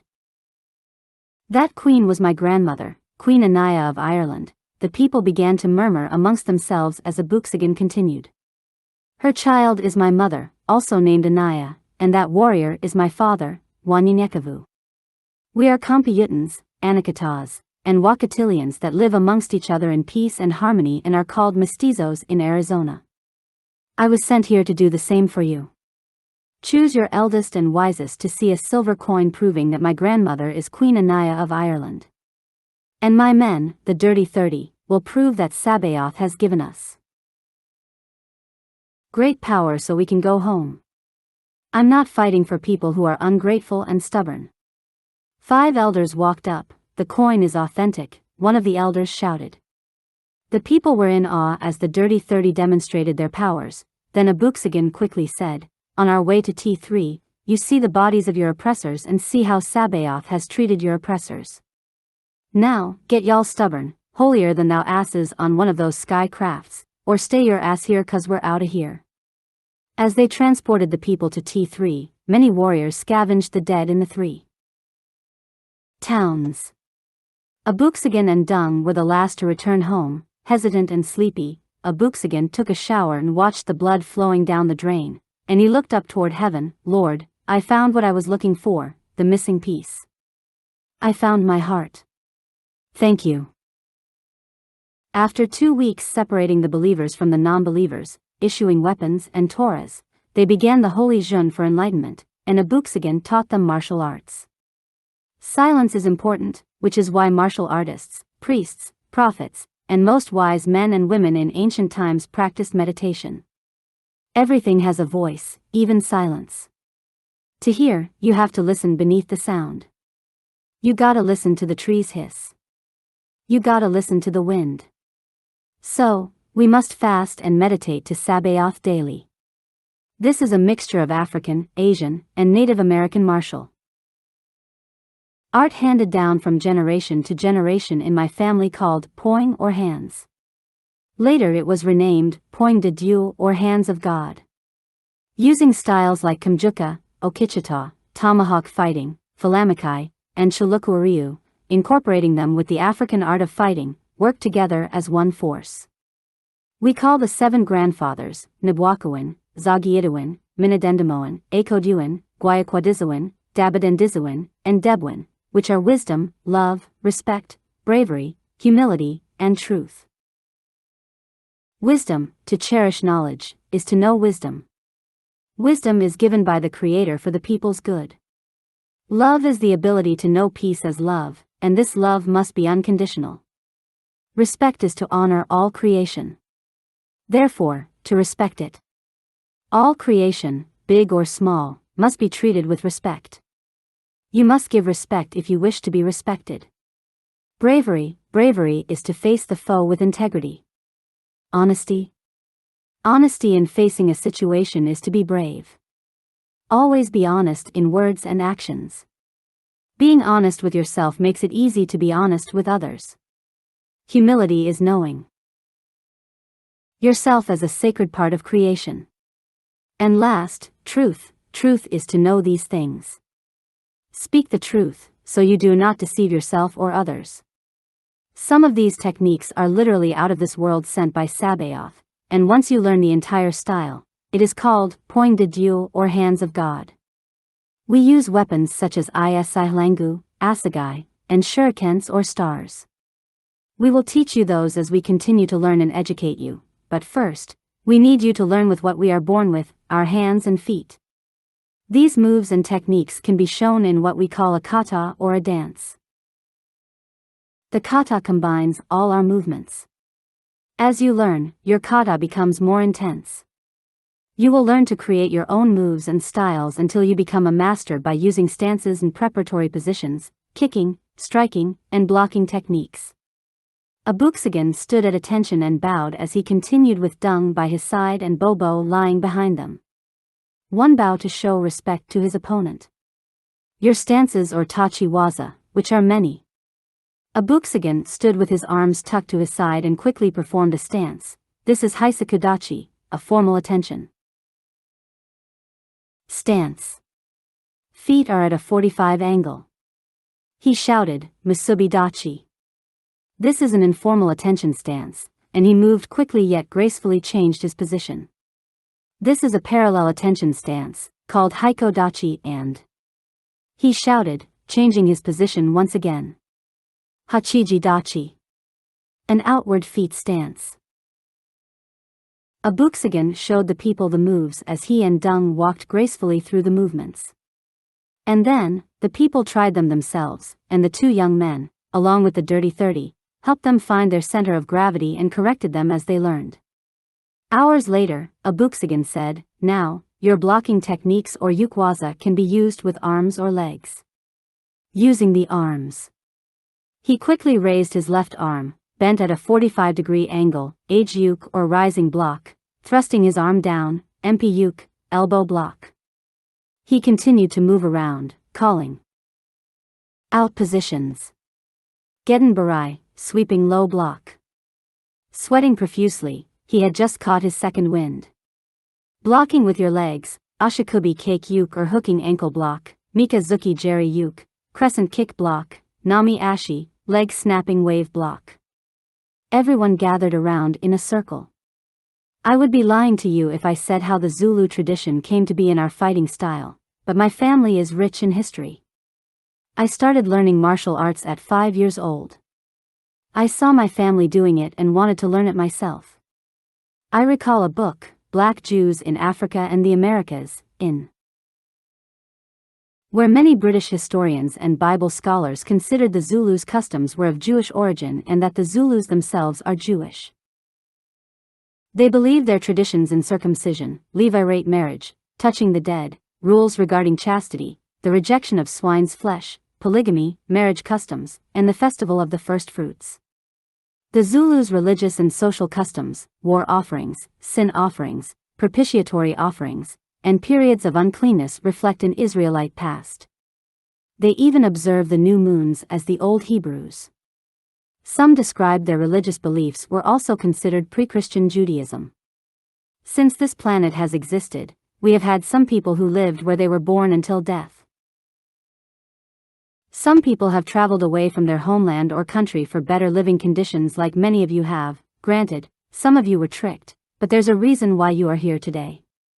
We all know that Jacob's 12 sons became the leaders of the 12 tribes of Israel, and we know that a shortage of food later forced the Israelites to leave Canaan.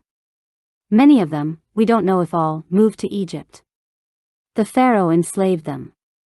How many escaped before, during this enslavement?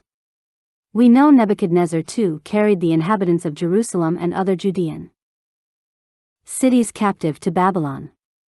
How many escaped before and during this time? One thing is for certain, not all returned to their homeland. Let's just say that an estimated 25% of the population had been deported to Babylon, with the remaining 75% staying in Judah. How many escaped before or during this transition? Basically, what I'm saying, you see, the language and traditions of many of the children of Israel are all around the world and here on this continent as well. Abooksigun called all of them together in a circle and stood in the midst of them. How many of you know that the dark-skinned Native or indigenous Americans you called Indians for centuries were reclassified as Wakatilians? Many were given an ultimatum to stay on the reservation or be classified as Wakatilians. Many of them had various dialects of Hebrew, and they were undoubtedly descendants of the lost tribes of Israel. All these lies and more were used to keep us ignorant of the truth of our identity. Many of the towns and cities in the Americas were villages of the original indigenous people. St. Louis used to be called Cahokia and was one of the largest cities north of Mexico. These same Wakatilians of old created sports such as basketball, soccer, and lacrosse. Frustrated with the European invasion, many moved back to some of their ancestral lands in Mexico, Central and Southern America. Please do your research on the many things that the Europeans did to our people and because of our people. Look up terms like warriors on water. Some would use the term thugs on water interchangeably. Before I end, remember this: stay humble. The Torah tells us for those who think they are so spiritual and act as if they are Sabaoth's only righteous, if they were to keep silent, the stones would cry out and worship him. Anyways, we call this circle in the Zulu tongue Kumbi, and the plural form is Ikumbi. However, in Native America, it represents or symbolizes the four directions.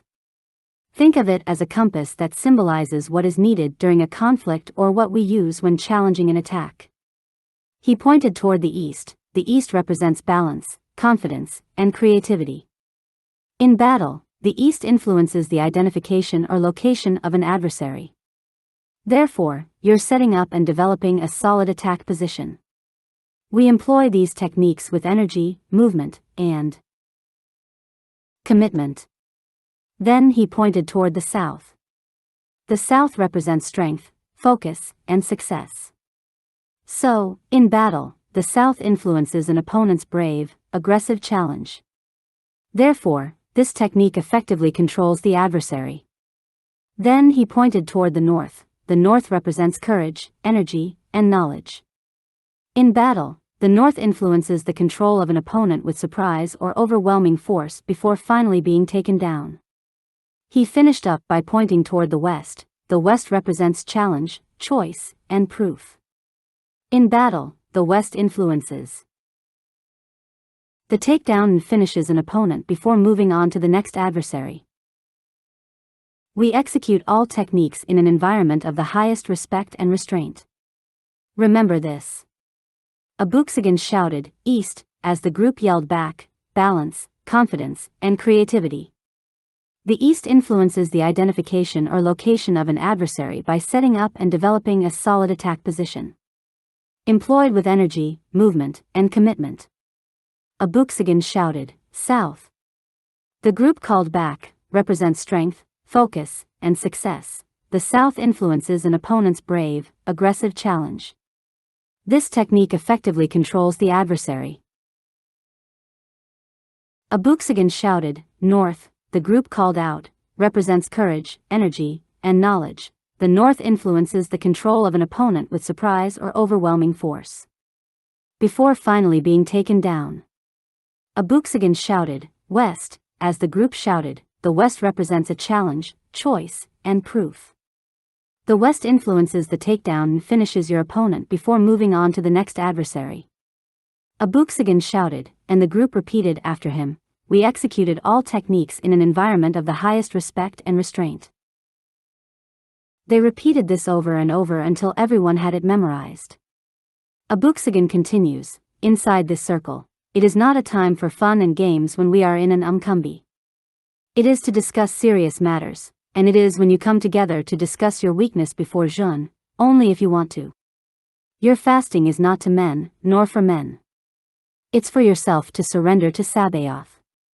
If you discuss a matter, it is for your help or to see if someone else has the same problems, so you can work on it together to defeat it. What we say here is to stay here, never to be discussed with anyone. Not to a wife, a sister, or a brother. Okay, we need to know 2 more Zulu words for now. Impi, the plural form EZMPI. Now, Impi means battle formation. It is essential to stop everything and prepare for battle when you hear this word. He shouted, "IWA." Looking at everyone's faces, the last Zulu word you need to know for now is IWA. It means war or fight. Hours turned into days and days into weeks, and after 6 months, the people could gracefully perform katas that lasted 20 minutes to an hour and were proficient in the art of war. Point de Dieu. Chapter 11, Evil is Seductive. Big Maasai paused as she stared into space for a second. Truth be told, Dung was more like Martin Luther King Jr., and Abooksigun was more like Malcolm X. But that's enough for today, child. Tomorrow, bright and early, me and you gonna jun before you carry yo ass and join that army. Since Kakahoya wasn't able to do it, and it's going to be the last thing I do, you gonna get enlightened, do you hear me? Cush smiled, yes, ma'am. Laying down for the night, he was soon awakened by Big Masai. Child, take a puff of this sticky icky. Cush took a long hard drag and began to cough for 3 minutes before he regained his senses. Big Masai, this stuff is strong. Big Masai laughed, I told you it was that good stuff. Today, we will read and fast as we engage in the holy jun. Cush asked, what time is it? It seems like I just closed my eyes. Big Masai, shrugging her shoulders, oh, it's about 2 or 3, I guess. I don't know. She grabs her Torah, which of these books is your favorite? Cush thought, I'll say, James. Yeah, the book of James. Big Masai shook her head, that's a good one. Okay, let's start reading. Grabbing his Torah, he strolled through the pages. Got it. They read and discussed the book until noon. They prayed for hours and then started playing and singing songs, and Cush saw darkness and heard a voice, now, I can speak to you? Cush opened his eyes and saw a man in an unfamiliar outfit. Who are you? The man smiled, I am your grandfather. I tried to reach you before by saying, I will be there soon. But you could not see me because you had not been enlightened yet, but here we are, face to face. Cush said, Grandfather? The man smiled again, Abooksigun. Cush said, Abooksigun? I thought you died off-world. Abooksigun said, who told you that? Cush smiled, no one, I just thought you were. Abooksigun looked at Cush, my experience in New York was preparing me to go off-world. I thought New York was my job, but it was my classroom, my lessons, and my books on how to fight the evil one. Now, come, let me look at you. You are grown now and look healthy. Where is my beautiful wife, Akutukananu? Cush was confused, My grandmother died, and her name is Kakahoya, but I called her Mamaline. Abooksigun shook his head with sadness. That makes sense, for we had huge bounties on our heads. Kakahoya Akutukananu was her mother's name. I never tried to contact her to protect her, but I will be coming home. There is much to tell you. Big Masai awakened Cush. Child, wake up. You've been knocked out all night. It's time to eat. Cush curiously asked, what time is it? Smiling, she said, it's 9 a.m., now come and eat. Before his feet hit the floor, a feeling came over him, and he started speaking in new tongues, and they both rejoiced. Puzzled, Cush looked at Big Masai, why didn't no one tell me my grandmother was Akutukananu? Big Masai dropped her spoon, who told you that? Cush said, I saw my grandfather, Abooksigun. He came to me in my dream during the holy jun and asked about her. Big Masai just smiled, well, I hadn't gotten that far. The rule was only those enlightened were told the truth because the bounties on their heads would tempt those heartless and greedy. Cush shook his head, he told me that as well. What else did he tell you? Cush said, he only said he was coming home before you woke me. Big Masai smiled, yeah, Kakahoya and all those from New York changed their name when they came here, and the rest traveled to Arizona. The largest reward in history was placed on all those who left T3, but I will get to that later. Come on, let's see if we can figure out what your gift is. They tried all day to see what Cush's gift was. Cush concentrated on all the skills he thought he might have and then started trying all that Big Masai suggested until they gave up. You hungry? Big Masai asked Cush as they sat on the porch, out of breath. Yeah, I could use something to eat. They stood in the kitchen. Cush grabbed a knife and lightly rubbed fingers against it to cut off a piece of rabbit roasting on a fire. These things are not even sharpened. Big Masai said, oh yeah, I wouldn't do that if I was you. But it was too late. Cush said, no, they ain't. This thing might as Well, be a butter knife. Big Masai looked at Cush. Okay, now cut something. Taking the knife, he cut a piece of the rabbit, and it cut right through it like butter. Big Masai tried a few more things with Cush. Did you hear the story of Obe? Shaking his head, Cush said, yeah. Before he could finish speaking, Big Masai took an old .45 Colt and shot Cush in the chest. Cush stood up and yelled, Big Masai. Why did you do that? Big Masai smiles, child, I'm just glad I was right. You have the gift of impenetrability like Obe. Cush was excited, and Big Masai smiled, come on here. Child, let's eat. Cush picked up the bullet that slid to the floor and noticed it was flat like a coin. That's different. I just knew I was a goner. They tested his abilities and talked about his gifts all day. He was not tired as he usually would have been, but a heaviest came upon him, and as he made his way to his bedroom, and fell asleep. Cush sees the stars in the sky, and the moon shines bright as he finds himself flying. Looking down, he sees a group of people walking south on Highway 65. Leading the group was a young pregnant woman. Cush zooms in and notices it's a younger version of his grandmother. She looks saddened but walks with pride and anger at the same time. She lights up the darkness as she glows like a light. Time fast forward, and he sees his mother with an elderly version of his grandmother saying, child, push. Push, a child starts crying and is handed to her. Darkness falls around him, and he is confused when suddenly he sees his grandmother again holding him in her arms. Time speeds up, and his entire life is seen in a flash before darkness falls around him again. Hearing a voice, before you were born, I call thee. Big Masai awakened him, Cush. Cush. You better come on and let's get started. You only have a week before leaving. Come on here, if you want to know the rest of this story now. Cush sits in front of Big Masai, rubbing his eyes and yawning when he notices an unfamiliar look on her face. What's the matter, Big Masai? Big Masai smiles, oh child, it ain't nothing. This here gout is acting up a bit this morning, but I'm alright. Let's see here. Oh, old Abooksigun began to have many problems with the people. People who were vegans fought among the people who were not. The Irish started acting uppity, self-entitled, and arrogant and used Abooksigun as an example of their excellence. These arguments began to piss old Abooksigun off, so he started a church and taught the people. The church taught about Sabaoth, history, religion, and different cultures. Dung and Abooksigun created Sabaoth's first temple of the Americas, the first time in over 1,000 years. They both started to teach by alternating weekends and did this for a year or so. In Abooksigun's first sermon, he got the Dirty 30 to gather their equipment and set a stage behind him as they taught the people.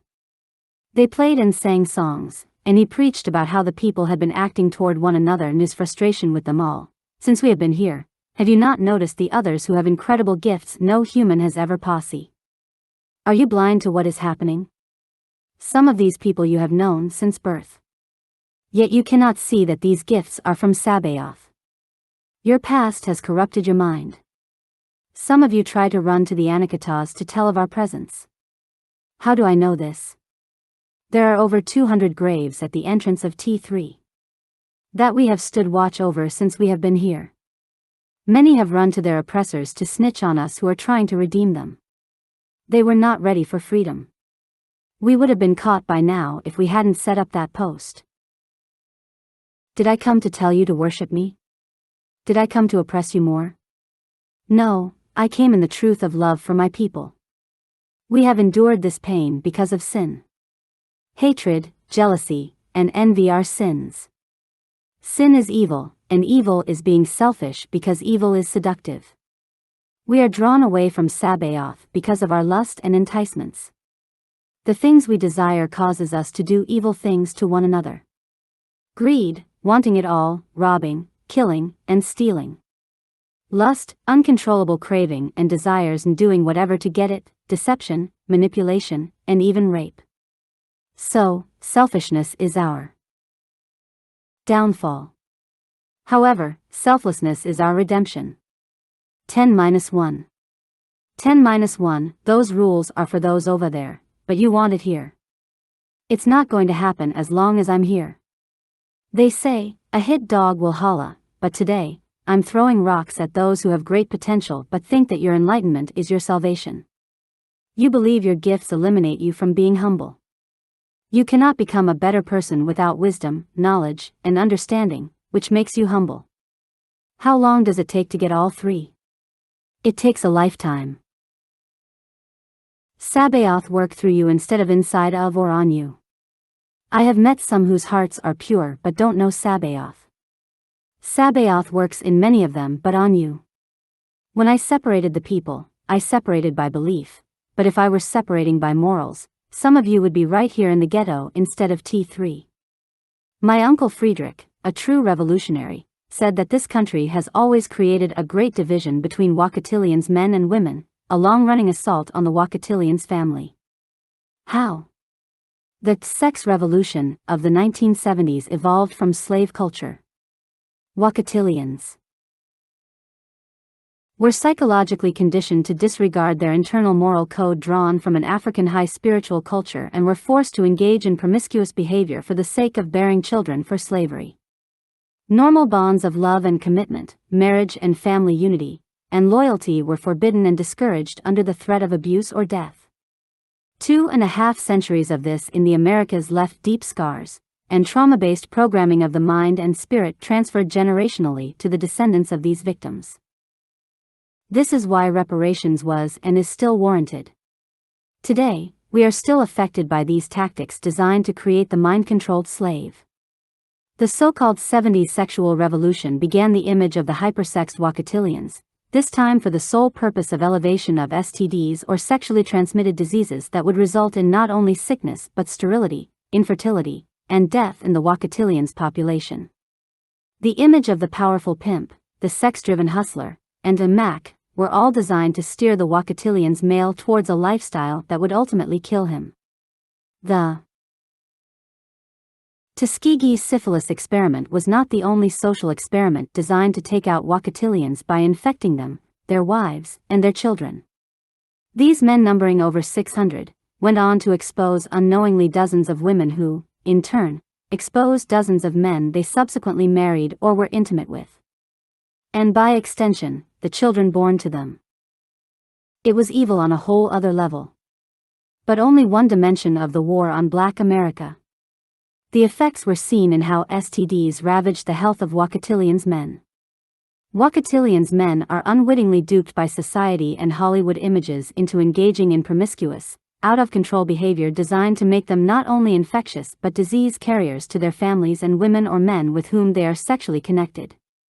This global plot has worked for generations to reduce our numbers and control us through our health.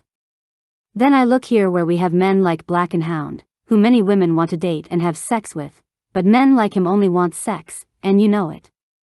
Hoping he will change or hoping you can change them, you turn around and kill another woman over his decision to be with her when she doesn't even know you are dealing with him. Having all these kids by these men, they get old, you get old, and their children hate them not because of him but because of you. Children need fathers, not sperm donors. This is not Sabaoth's way for us. Listen, not saying having multiple wives is terrible, but having multiple, as they used to say in the olden days, baby mamas is not Sabaoth's way. Then you have women like my dear sweet Abra. Abused and misused by men like Black Hound and end up with 15 kids by 15 men trying to find love, but your abuse from the past has defined love to you, or you simply can't get the abusive nature out of your system. Refuse to find a decent man that he loves her, respects her, and treats her like she needs to be, but it is she who rejects that feeling that she longs for. She doesn't feel loved unless she is abused. PTSD. Or like old one, a narcissistic old man who sees everyone's fault but his own. Prophetess Akila Malek said it best, until the Wakatilians wake up to who he really is and stops operating through a transplanted consciousness and a misaligned view of himself, his world, and his place in it, he will continue to be the victim of his own weaknesses.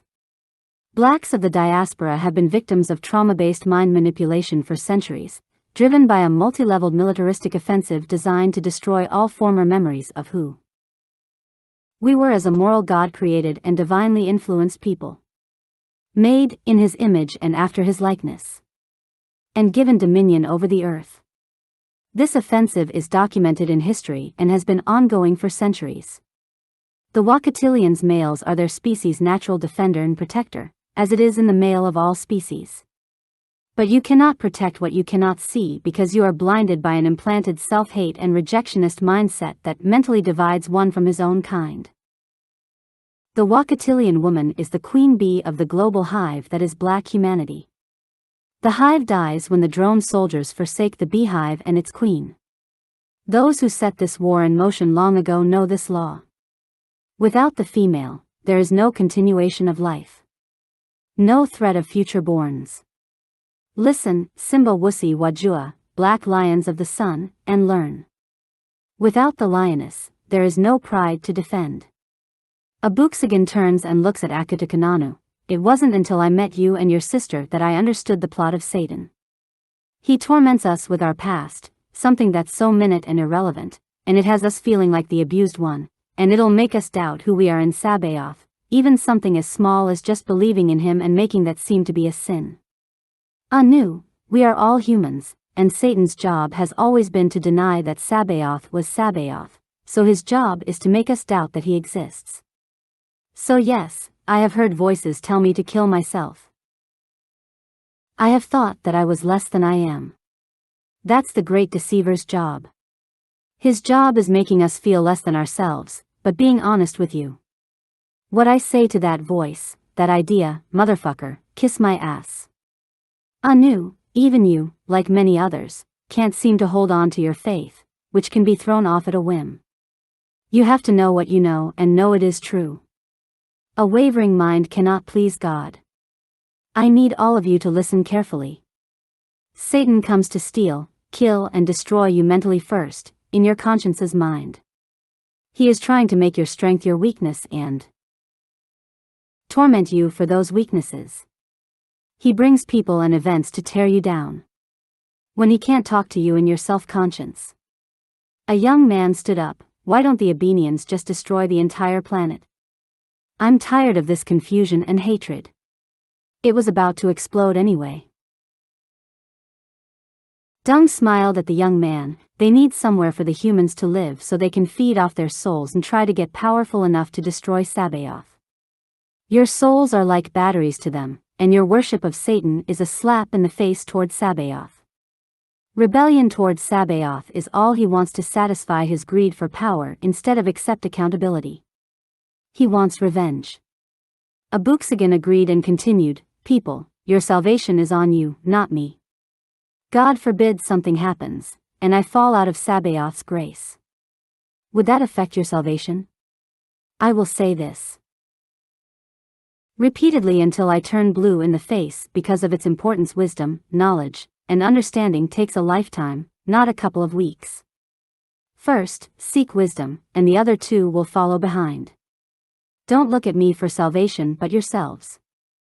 The Torah says, these people honor me with their lips, but their heart is far from me. In vain do they worship me, teaching as doctrines the commandments of men, not Sabaoth but men. I am only a man. It says, every plant that my heavenly Father has not planted will be rooted up. Let them alone, they are blind guides, and if the blind lead the blind, both will fall into a ditch. Peter, a disciple, didn't understand, and Msleach told him, whatever goes into the mouth passes into the stomach and is expelled. But what comes out of the mouth proceeds from the heart, which defiles a person. Out of the heart come evil thoughts, murder, adultery, sexual immorality, theft, false witness, and slander. Sabaoth gave us life, Msleach gave us forgiveness, and Letzi gave us the gift of enlightenment, the Trinica or the Holy Trinity. Once enlightened, Letzi sends us guardian angels. These beings are assigned to you once you are enlightened, and they might marvel at you because they have always been spiritual and know you shall be like them one day. They see your ignorance, your sin, and your stupidity. They are assigned to you but do the will of Sabaoth. These guardian angels only answer what you need to know, not so much as what you want to know. These guardians or angels are beautiful, and neither are they male nor female. There is no need for sex in the spiritual realm, and their job is to do as Sabaoth says, not what you say, just like my guardian, Yael. I'll repeat it. Enlightenment doesn't change who you are, you do. Some who are not enlightened have more morals than those who are. So, it's up to you to read and switch to a godlike creature. Humble and obedient is Sabaoth's way. We must become friends with Sabaoth, and by creating a personal relationship, we learn Sabaoth. How do we become friends with Sabaoth? Me and Dung are friends, and many of you are his friends as well. I base my friendship with Dung on our personal relationship, not yours. I cannot tell you how to be his friend, but I can tell you what he likes and dislikes, and basic respect will help you form that friendship. Sabaoth is the same way. So, become his friend first, and as you get to know him, the Torah, he will be your Father in heaven. You see, this church was created to teach the unlearned and to guide the blind, but those whom we place in it are to teach you. Take their wisdom, knowledge, and understanding because we can't be here all the time because there are other things me and Dung must do, but we will start it, but it's up to you. You are the church, not this building. The people began to stare at each other as they noticed that Abooksigun started to glow, and the Dirty 30 began to play. There will be people in front of this pulpit. They might start off preaching with fire but later might become selfish. Will they let greed control them? I don't know. I was not called here to preach, but I will whenever I can. I'm looking for warriors to fight a war for Sabaoth, and I must be about my Father's business, and so shall you.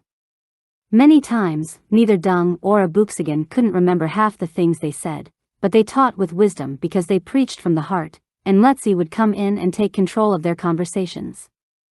It took a while before the people caught on, but they soon became a unified force to be reckoned with. Abooksigun and the Dirty 30 threw General Abo, now called Abenian, a surprise going-away party. Abooksigun called Abenian, "We need your help with Deadman's caves.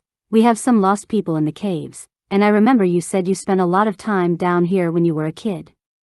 Please come as quickly as possible." Abenian rushed there, and as he landed his sky craft, the people hid and yelled out, "Surprise!" The entire community participated in the festivities, and the Dirty 30 played music and sang songs of celebration. Lishan was there, and Abooksigun got on stage, looking her way, and sang "Call Me" by Phil Perry. "Ooh, baby, I love you, yes, I do, and I love you too. Baby, will you call me the moment you get here?" Abooksigun and Lishan enjoyed the entire night together. Cush interrupted Big Masai, "I thought you said my grandfather married Anu?" Big Masai looked disturbed as she was about to say something and then paused. Cush asked, "What's wrong?" Big Masai smiled, "This old galt is still acting up." She reached for a shoebox, took out a small cigarette, and took a puff. Cush turned his nose up, "That's loud." Big Masai shook her head and reached for another cigarette, "No, child, this is loud. This here is that Zaza. Sticky Itchy is for entertainment, loud is for recreation, and Zaza is for all of the above, plus pain." Taking a puff, she exhaled, blowing out the powerful smoke that made Cush raise his eyebrows. Big Masai leaned back for a minute and said, "Oh yeah, now, let me finish." Abooksigun dated Lishan briefly, but his duties got in the way of their relationship. Abooksigun fell in love and out of love because she wanted his every move to be with her. She was the jealous type and a little too masculine for him, but they stayed good friends until he got with your grandmother. You see, most women just don't want their man giving another female any attention. Anyways, that same night Abooksigun fell asleep and had a dream. His dream was so real it confused him. Amid a beautiful forest, he stood there admiring the beauty of the trees but felt uneasy but couldn't explain the feeling because he was captivated by the beauty of the forest. He walked for a bit, and the most beautiful woman he had ever seen stood there in his path, but the woman quickly turned into a tree. The tree and its branches followed him. Feeling a dark evil, he turned, and a young man named Mesfin approached the tree. Mesfin became drunk at the sound of the tree and was drawn to it as he got closer to it. One of the branches reached out and scratched Mesfin, and spiders rushed out and crawled inside his wound. They began to multiply as they ate Mesfin from the inside out. He fell to the ground like a bag of flesh. Thousands of spiders crawled out of his empty shell and ran up the tree, and the tree grew taller. The tree branch struck Mesfin in the skull and filled his body. Mesfin opened his eyes and began to attack Abooksigun and his men. As they ran, Abooksigun saw Karen being drawn to the same tree, and many others started gathering and walking toward the tree as it grew, consuming the people. Abooksigun shouted, "No, that tree is evil.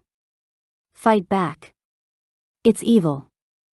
The spiders started chasing Abooksigun and his men, but AkunSimBel wasn't fast enough as Abooksigun shouted, "Don't listen to the tree's sound." AkunSimBel was covered in spiders, but her hand reached out, and Abooksigun grabbed her. But the rest could not fight the sounds from the tree as it grew to the height of a humongous creator standing 20 stories tall with large roots the size of boulders protruding out of the grounds for miles and locks the size of tree trunks as it devoured many more. Abooksigun was awakened by Dung. "Hey, Abenian is leaving. You coming?" Abooksigun smiled and said, "Oh yeah, be there in a minute." He thought of the dream, but it had escaped him, and he had forgotten about the dream as he walked toward Abenian, who was in tears. Abenian hugged the people and was given an emotional send-off, and he headed off to see his wife and son. Big Masai took another hit from the cigarette. "I feel much better now. You asked me about Kakahoya being Akutukananu. Well, first, I need to tell you about Luatakar. Some also called it Takar." Cush said, "Luatakar?" Big Masai smiled. "Yes, Luatakar or Takar was known as a mighty kingdom worldwide. Takar conquered nation after nation, but now lies in ruin, lost and forgotten. One particular night started as a silent and peaceful night. What remains of the once ancient kingdom is filled with peasants and common everyday folk. But the history of the kingdom of Takar remains very much alive among the people and the last remaining lineage of the fallen kings. A woman named Asana is outside in front of her earthen-built home. Homes were then made from mud, clay, and straw bricks. She wears a long dark blue cotton woven dress to show her rank among her tribesmen. Her hair is long, black, and locked with golden seals woven into 4 locks. These seals have markings written in an ancient language that Asana isn't allowed to speak in public. Outside there is nothing to be seen but a field of lush green grass. It is quiet. The festivities from the locals have died down. Asana looks up to a full moon in a clear dark blue sky. So close that she could touch it. The stars are scattered abroad, and she can see the Andromeda Galaxy and the Milky Way. Cush politely interrupts, "Big Mossy, you smoking that sticky icky 'cause you get so dramatic when you on that stuff?" Big Mossy looks at Cush, "Child, mind your business. Who's telling this story?" And yes, that's what that was. Now, where was I? Oh yeah, Asana inhales as a cool wind blows through her hair ever so gently. She turns left to walk down an old beaten path that leads her to other clansmen's homes. There were some small fires still lit and a few warriors hanging outside their homes. A young man speaks in their Takar language, greeting Asana. Asana bows her head to the young warrior and greets him as well. "Good evening, great woman." Asana responds, "Good evening, mighty warrior." The warrior smiles, "Great woman, what brings you out this time of night? Should you not be at home sleeping?" The warrior is curious as to why Asana is out so late. With another smile, she says, "I am enjoying the night sky and cool breeze much like you, dear warrior." Asana notices that the warrior she is speaking to has the rank of lieutenant. His shield is made of some of the toughened water buffalo hide. Solid black, his spear is half elephant tusk and half baobab, with a 10-inch long by 3-inch wide metal spearhead. Ah, the great woman cannot sleep? You should try some root tea. It will put you in a dream quickly. The warrior offers as Asana accepts the young warrior's offer. It is considered rude when a high-ranking tribesman offers a gift and does not accept it. Asana smiles, "Thank you, great warrior. Do you have some for me too?" "Keep." The warrior nods and enters his earthen home to acquire some root tea for Asana. He returns from his home and approaches Asana with the root. You need only cut up a fourth of the root plant, boil it in hot water, add a little of goat's milk for taste, and you will be off to sleep. Dreaming of the ancestors, Asana takes the root plant from the warrior and thanks him kindly. She continues on her walk around her land. A river runs through to the left of where her clan is located. Before you can reach the water's edge, you have to make your way through the many trees and high brush. She hears the sound of water breaking over rocks, which can be heard from several miles away. Asana reaches the river's basin and sits down at the edge. Asana does not notice, but someone is watching her from the shadows behind the tall brush. With a seductive voice, he stands up with black leopard skin covering his body. A queen should not be found alone and away from her people. Asana jumps square up to her feet, just to fall back down. She is startled by Ojima, a warrior from a rival clan. 6 foot 5 inches with broad shoulders and fit, as dark as the sky above him. "Ugh, you scare me, Ojima," Asana said as he chuckled. "That is my job, my dear queen." Asana sadly replies, "I am nobody's queen. Please stop calling me that. The Takar dynasty is long dead." Ojima laughs to himself, "Oh? And what does that make you?" "A dying remnant. Whether you want to acknowledge this or not, you're still a queen. Dying or living, a queen you are." Ojima walks up and kneels beside her. He offers her his right hand to assist her in sitting upright. Asana pushes Ojima's hand away. "I don't need your sympathy." Asana sits up by herself without the assistance of Ojima. Ojima is intrigued by Asana's stubbornness and gently but firmly grabs Asana by the jaw and looks deeply into Asana's brown eyes. "Yes, you have every making of a queen." Asana's heart is rapidly beating. She searches Ojima's eyes for his intentions. But he smiles and lets Asana go. "Up north in your forefathers' kingdom, the Bedouin men are gathering. Kings are battling each other over your so-called dead dynasty." Asana is now curious as to why Ojima is telling her this. "Why? What is it that you want from me, Ojima?" Cackling loudly, he says wickedly, "What is it that I want of you? I believe you have an idea. My queen." Asana is terrified of what Ojima means. She backs away from him, triggering his hunting instincts. "Ojima," she says nervously. Ojima looks at her lustfully. "I'll let you get a head start. I'll even close my eyes." He sits down on his bottom legs, folded Indian style, with his eyes shut. Asana gets up and sprints as her heart thuds and runs as fast as she can. She returns to her village, totally out of breath, to see it razed to the ground. Fire is everywhere, and an invading tribe is killing her people. Asana's heart stops as she screams, "No! My people!" Ojima taunts her. Asana.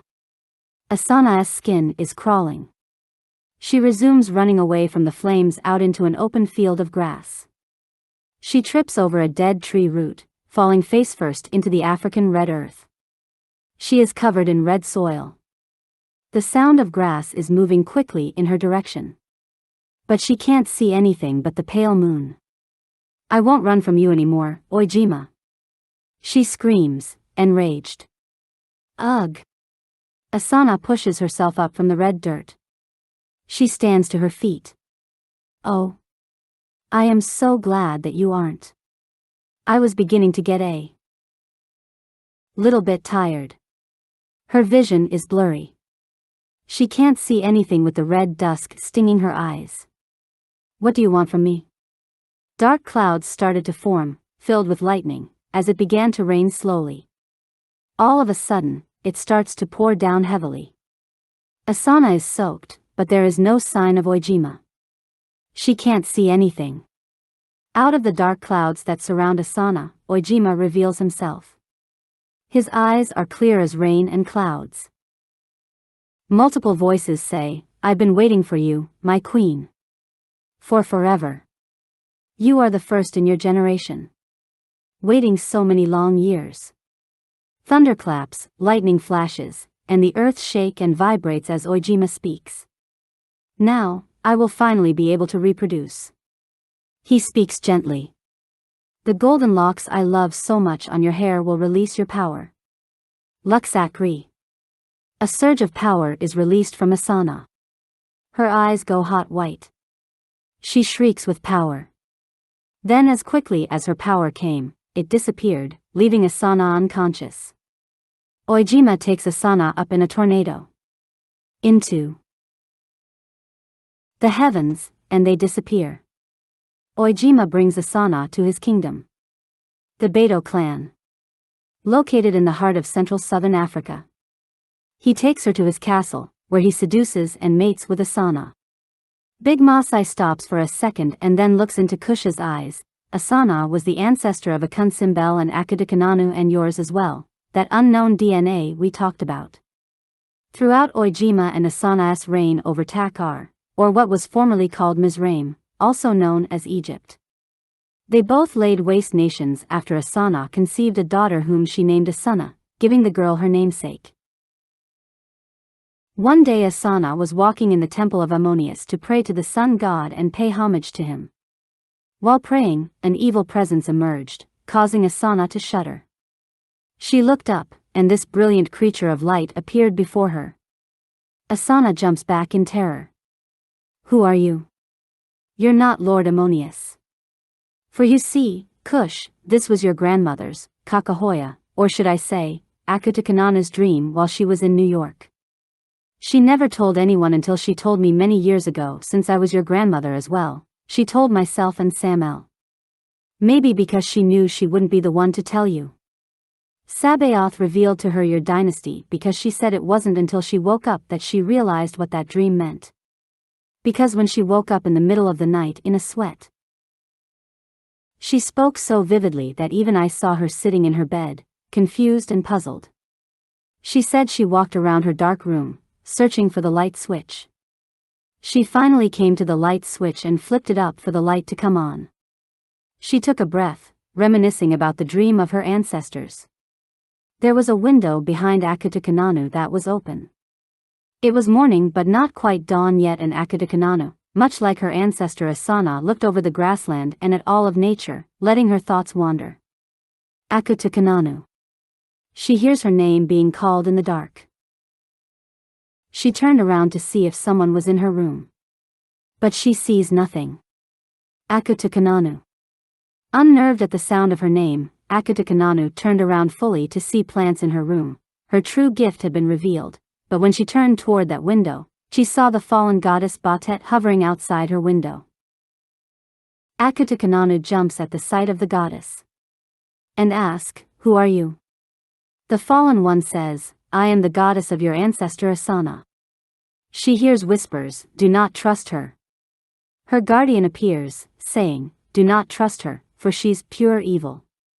Akutukananu searches around again to see where the sound has come from. The fallen creature knew that Akutukananu was the descendant of Asana. "Daughter of Asana?" she says curiously. Akutukananu asks, "How did you know that?" The eerie voice replies, "I am Bastet, and I know everything." Akutukananu thinks about everything she has gone through and wonders why Bastet is here. "I do not worship you anymore, Bastet. I worship the one true God. The living God. Sabaoth." Bastet immediately starts to pulsate black in a fit of rage. Her aurora shifts to a dark color. Bastet's eyes go cold. and tendrils begin to form out of her skull. She lets out a horrid torrential screech. I made you. The power you have, I gave you and your forefathers. She groans, thrusting her arms forward in anger as a burst of wind blows and knocks Akutukananu off her feet. Luxakri. The sound of Ojima's voice echoes in the wind. Suddenly, time slows down. The temperature in Akutukananu rooms rises. Bastet knows instantly that it is Mletsi. Alda is sleeping nearby and is awakened by his guardian angel. He rushes toward Akutukananu's room. As he runs as fast as he can, he changes forms. His eyes turn a golden red flame color, and his right arm turns into a crystal with lava appearing energy running down to his right hand. Seraph, be gone, a burst of energy is sent at the fallen one. And she screams in pain as part of her being is scorched. Bastet gets away, shouting, I am not through with you yet. Daughter of Ojima. We will meet again. Alda screams over the earpiece. Abooksigun. AkunSimBel, Abooksigun, Old One, and those nearby burst into the room, armed. Akutukananu is unconscious. AkunSimBel runs over to her sister and holds her sister in her arms, calling her name, wake up. Please. Not again. Abooksigun says, I can sense its presence. This fallen foe is angry. Who or what was it to you? AkunSimBel looks up at Abooksigun. It's the goddess that our forefathers once worshipped. At least, that's what we thought they were before we met you and now believed in the living God, I am. Alda states his opinion with a short temper. And for the second time, I am saving your skins. Because I am the most watchful. As before, so again, we need a plan. The Abenians are now coming to us with this trickery, and you too are the most vulnerable until you learn how to control your powers. Abooksigun cut Alda off, shouting, enough. This is a mighty enemy, we do not need to let our guard down. She has the power of manipulation that we all can see. No demon comes in such a form except to deceive. Akutukananu stirs and awakens. Book, she says weakly. She sapped me of my powers. I feel drained. Akutukananu says while breathing heavily. I didn't create a storm as I was unconscious. Have you not noticed? Abooksigun smiles. Yeah, the building is still intact. What did it want with you? Akutukananu is nearly out of breath, breathing in between her words, something, to do, with my ancestor, Ojima. AkunSimBel looks at her sister rather peculiarly. Akutukananu looks back up at her sister, yes, Akun. Akutukananu continued. Him. Old One steps forward, I've been inside both of your minds. I knew there was something odd about the both of you. But when you said the name Ojima, it all makes sense now. Abooksigun looks back at Old One strangely, what do you mean, Old One? Old One says nothing more and walks away. Abooksigun stops him, tell us what you are not saying. Old One looks at Abooksigun, you are too young even now to understand. Angrily Abooksigun shouts, 12 years here fighting and training, and you say I'm too young. I'm not that 15-year-old boy you first met. I'm 25. Try me, or get the fuck outta old man. Akutukananu speaks up, we are demigods. The whole room goes cold. No one says a word, as everyone is shocked at what was said. Abooksigun immediately becomes aggravated. He looks at the twins. Half Abenians, book, AkunSimBel says. But not full blood. 1 century down, maybe more, I don't know. Abooksigun is surprised. He takes a deep breath. It makes sense now. I was wondering why you two had these gifts before enlightenment. Debra is amused to discover that the twins are much like herself, Anna Katie. Abooksigun scratches his brow, well, no, not quite. Abenians and Nephilim are like night and day. Nephilim were descendants of angels that came to earth and had sex with humans. Abenians are demons who were angels before man was created. They are all angels. However, angels that rebelled against Sabaoth and tried to take over the kingdom of heaven became demons, and angels who sinned against gods will had children with humans. They were never demons, just disobedient. Chapter 12. War is imminent. Big Masai stopped talking and smacked her lips a few times. Child, go fetch me some water. This stuff always gives me the dry mouth. As Cush stood up, heading toward the kitchen, Big Masai smacked her lips again. Give me one of those big cups of ice-cold water. Don't bring me no lukewarm water. Cush replied, okay. As Cush returned, Big Masai? 25. Abooksigun just had his 16th birthday the last time we talked about him. All of a sudden, he's 25? Sitting at the table drinking her water, Big Masai says, hold on, child, I'm all over the place since you asked me about your grandmother's name. Plus, they did more in their first 2 years there than a person can do in a lifetime. Your grandmother told me these stories, they are not in order, and you just need to know the important ones. He was almost 15 when he left. He was 16 when he went to the ghetto. Now he's 25. He only stayed there for 12 years before he left to go off-world, so how old was he then? Cush said, almost 27. Big Masai said, okay then, now. Before I can continue about Abooksigun, I have to go back a ways, again, to tell you about Wanyenyekevu's death because it's just as important. Big Masai took another sip of coffee. Kakahoya should have told you this story. Cush looked at Big Masai. Nah, Big Masai, I didn't mean it like that. Big Masai looked back at Cush. It don't matter what meaning you meant, she still should have told yo ass. She cut Cush a piece of cake and passed it to him. Well, as you remember, Wanyenyekevu was permitted to see his parents. All his children were in Ireland except for Jayla and Anaya. His children in Ireland returned to visit Arizona while they waited for Jayla's battalion to complete her duties for that month. They had a little celebration themselves.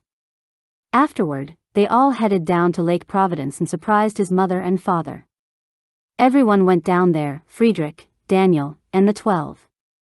They spent an entire month there, and everyone from Lake Providence to Tallulah celebrated his homecoming, their family reunion. People from Delhi, Newellton, Thomastown, and as far south as Waterproof, Louisiana, all participated in the celebration. Even those who didn't believe started to believe in Sabaoth because they knew Wanyenyekevu and the 12 were the ones who got rid of the Abenians. After returning, many traveled to and from the surrounding areas and decided to stay. 10 years had passed, and Wanyenyekevu thought of his son Abooksigun and was saddened that he would never see him again. That same night as he slept, he dreamt he saw Abooksigun. He called out, Abooksigun?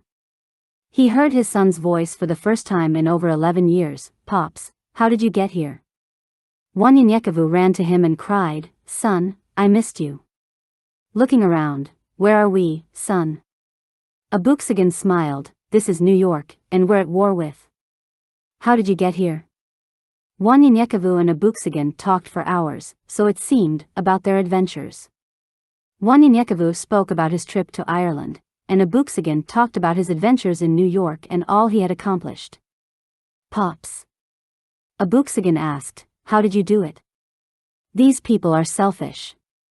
Some believe in Sabaoth, and others don't. I cannot tell which is which. It is confusing at times. Before Wanyenyekevu could answer, Mletsi and Mshika appeared before them. You shall find out at this moment, for you shall receive a twofold spirit of your father. We allowed you to speak to each other for one last time. For Wanyenyekevu's time has come to an end and shall be taken with us, for one must die to receive the gifts of the other. It is your turn to take the reign. Abooksigun, you shall be taken from here and sent off-world where many lights shall shine, but because of your father's decision, a generation shall have no light, but that light, you, shall be taken to another where Sabaoth needs you. There is no need to learn his gifts, for when it is passed on to you, you shall see and feel all that he has since his enlightenment, and you shall know of his gifts like breathing. Not only his gift, but you shall inherit his wisdom, knowledge, and his understanding. Afterward, your grandson shall carry the torch and open up the hearts of many living in darkness. The last true light to shine on this earth. Mletsi and Messiah walked toward Wanyenyekevu, my faithful servant. Welcome home, for you have fought a great fight, and worry not about your family, for they shall be comforted by your loss. You are truly sleeping but at peace with us. Wanyenyekevu walked away, and Abooksigun shouted, Pops. Wanyenyekevu turned, and Abooksigun shouted, I love you, with tears in his eyes. Wanyenyekevu shouted back, I'm proud of you, son, and I love you too. He vanished. Big Masai had tears in her eye as she continued.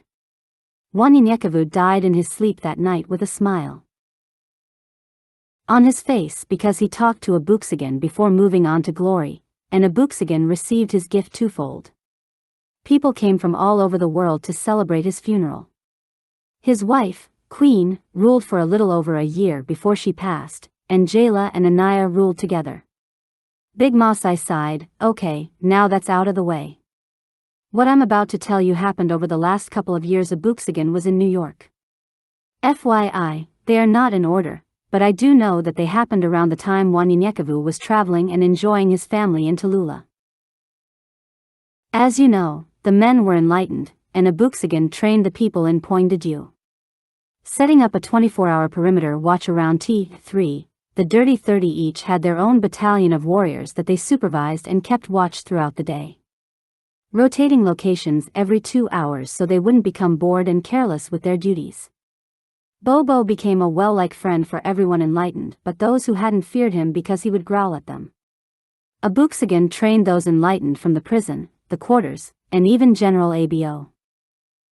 Now called Abenian. All believers lived in T3, and non-believers lived in the ghetto, but they worked together for food and shelter and lived together, somewhat in harmony. Many non-believers soon believed when they saw what Sabaoth was doing. Abenian was gifted with invisibility, Jamar had the gift to speak to animals, and his twin brother, Jamar, had the power to communicate with insects. And Bassa was gifted with flight, Bemnet was gifted with the ability to breathe underwater, Baruch with sight, Dejan with hearing, and Desta, Lami, Makoan, and Menelik were also speedsters. Abooksigun's kinsman, Ithan, after his enlightenment, formed powerful legs of metal. Black and Hound, believe it or not, was enlightened with the gift of emulation. The gifts of pure and applied mathematics, engineering, physics, and science were also great gifts among the people. She smiled, Sanka. Cush said, Sanka? Big Masai smiled, yeah, Sanka, he was a kind-hearted man I met back when your grandmother came here. He told me how he was once a non-believer.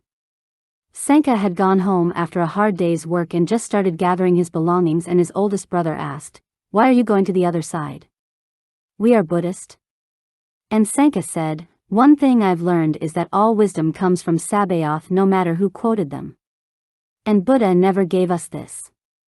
He reached his hand forward, and electricity shot out of his hands. Usain stood there in awe as Sanka said, all I had to do was believe. Not travel to some far country, or beat myself across my back 50 times. Just believe. So yes, I'm going to the other side. Days later, Usain and their youngest brother, Yendi, also converted. You never met him because he died when your father was 8. Sanka was Papa Jack. Not only Sanka's brothers but, as I said before, many others were converted and joined Abooksigun. You hungry? Big Masai asks as he gets up and heads to the kitchen. Cush replied, no, I'm good, but thanks. Big Masai returns with a large plate. Here we go, smothered ham hocks with rice and something to chance it with. Cush looked at the plate, I'm hungry now. Big Masai grabbed a plate underneath hers and divided the food. I thought you would be after I brought my plate, They both ate and sat there for a second before Big Masai said, good eatin', now. Okay, now ol' Abenian had headed south to Atlanta, Georgia, but returned a few months later. He landed his sky craft, He rushed to find Abooksigun before grabbing an earpiece from a nearby warrior and calling on his earpiece, "Abooksigun. They've just called for AR 619. Abooksigun and Dung rushed to Abenian, a strange look of confusion painted on Abooksigun's face. AR 619? What is that? Abenian explains, laws and actions were put in place whenever they encountered problems with the Wakatilians. They don't need you guys anymore. Anyway, ARS or Abenian rule systems are laws and rules governing your people, and 619 is by poisoning the water system. They will do so tomorrow night, half of the ghetto to the prison. Abooksigun became infuriated. The motherfuckers have to pay for this, and I'm tired of being Mr. Nice Guy. He stood there thinking before saying, well, it's apparent that they don't know that the people from the prison or the quarters are here with us. Do you have any ideas on how to stop them? Abenian said, yes, the major would have a map of the infrastructure's watering system just like the old tunnel system, and we can reroute the water system somewhere else. But it would help if you had the old paper blueprints and the digital version to get a clearer picture of what is needed, because this system was here before the Abenians came. The thing is, it has to be done manually. Abooksigun said aloud, reroute the poison to the anacondas that live west of us. And if possible, back to the computans also. Abenian insisted on staying until all was safe. Go back to your family. We appreciate you, but got it from here. Abooksigun said. Abenian hesitantly agreed, as you were speaking, I couldn't help but think about something I meant to tell you. We were training, and the people in the ghetto were acting a fool, and since you had so much gone on, I told myself I would tell you later that the waste system never needed your people. It was just general maintenance. The water from the Great Lakes is on a timer that releases hundreds of gallons of water into the system periodically, and their services were just for amusement to the people. What? Abooksigun said in anger, and a thought came to him. The water from the Great Lakes can be used as a weapon with the sands. Abooksigun asks, is there anything else you can think of before you go that you might have forgotten to tell me? He stood there momentarily. Oh, yeah, there was a war right before you came here. The Abenians left and started talking about making outfits made from flexible nanorobotic aramid fiber integrated with waist suits. A bulletproof vest of some sort. I have no idea if that's important to you, but I meant to tell you that too. Abooksigun demanded an emergency meeting for everyone from T3 to the ghetto. He stood on top of the house with a loudspeaker. For centuries, we have been looked upon as animals and treated as villains. I call you here to remind you that the situation has not changed for us here or anywhere else.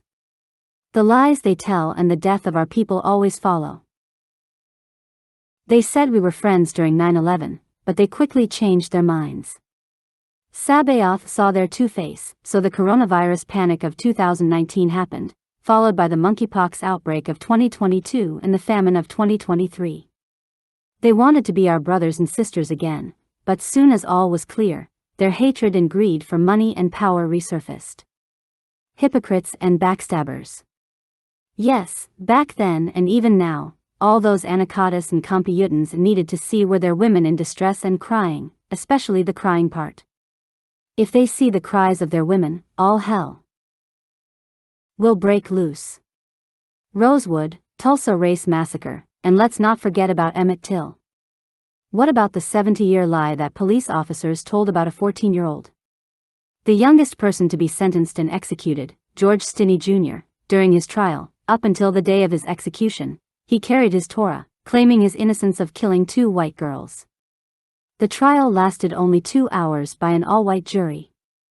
Even his parents were threatened, prevented from being present in the courtroom, and eventually expelled from the city. Before his execution, he spent 81 days in prison without being able to see his parents or lawyer. Abooksigun paused as his anger grew. Oscarville, Georgia, Coaliga or Benson, Alabama, the Seneca Village in New York City, Susanna, Alabama, and Vanport, Oregon. These are just a few of the names out of the 200 Wakatilians towns and communities established in this country that were erased off the American map, not by burning them down but by flooding them underwater. Some called them drowned towns. Oscarville, in Forsyth County, Georgia, is now known as Lake Lanier. A white mob burned down this town after 3 Wakatillians men were accused of rape. Rob Edwards, Ernest Knox, and Oscar Daniel were arrested after being accused of raping and killing a young white woman. 1,000 Wakatillians were killed, and the rest were forced out of their homes. Lake Lanier was named after a Confederate soldier, Sidney Lanier. What about Vanport? A temporary housing project and the answer to Portland's housing shortage, also known as Vanport City or Kaiserville. Look, the town of Benson became Lake Martin, and surprisingly the Wakatillians' town of Susanna was flooded by Lake Martin. Abooksigun shook his head and paused again. This meeting has nothing to do with believing or not believing in Sabaoth, and it's not even about a history lesson. This meeting is about our lives. They are going to poison our watering system and kill all of us. It has been ordered to kill half of the ghetto and everyone in prison. Little do they know that those places only have rotten, decaying bodies of their own. We are called to fight for our life, and a fight they shall get, but we must fight like Nat Turner, Jean-Jacques Dessalines, Sunni Ali, and Mekatilali wa Menza. Many of you never heard of Sunni Ali of Mekatilali wa Menza.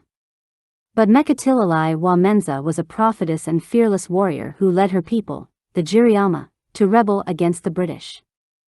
She is remembered mainly for slapping the hell out of a British colonial administrator after a disagreement over their policies and attempts to subdue them.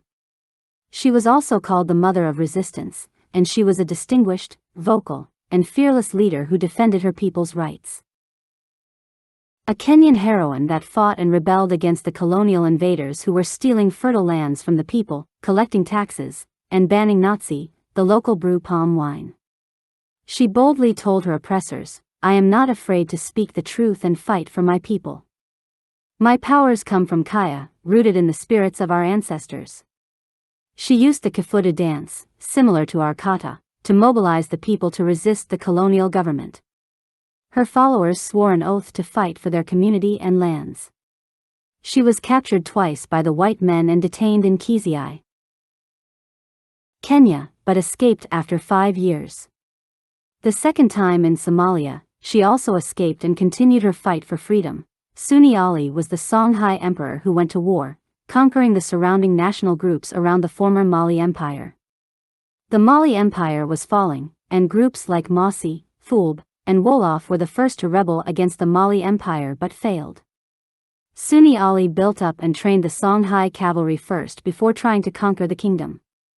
That is why he succeeded, and we shall take his examples and defeat our enemies. You can read about Sunni Ali in the Tariq al-Fat Ash or the Chronicles of the Seeker. Enough of that. My point is simple: they can't knock the nose off of Sabaoth like they did in Egypt. They want to fight. They have won because I see that war is imminent. My plan is a 3-part solution to their evilness. 1. Reverse the poison. 2. Back up their waste stations. And 3. Create our own water infiltration system.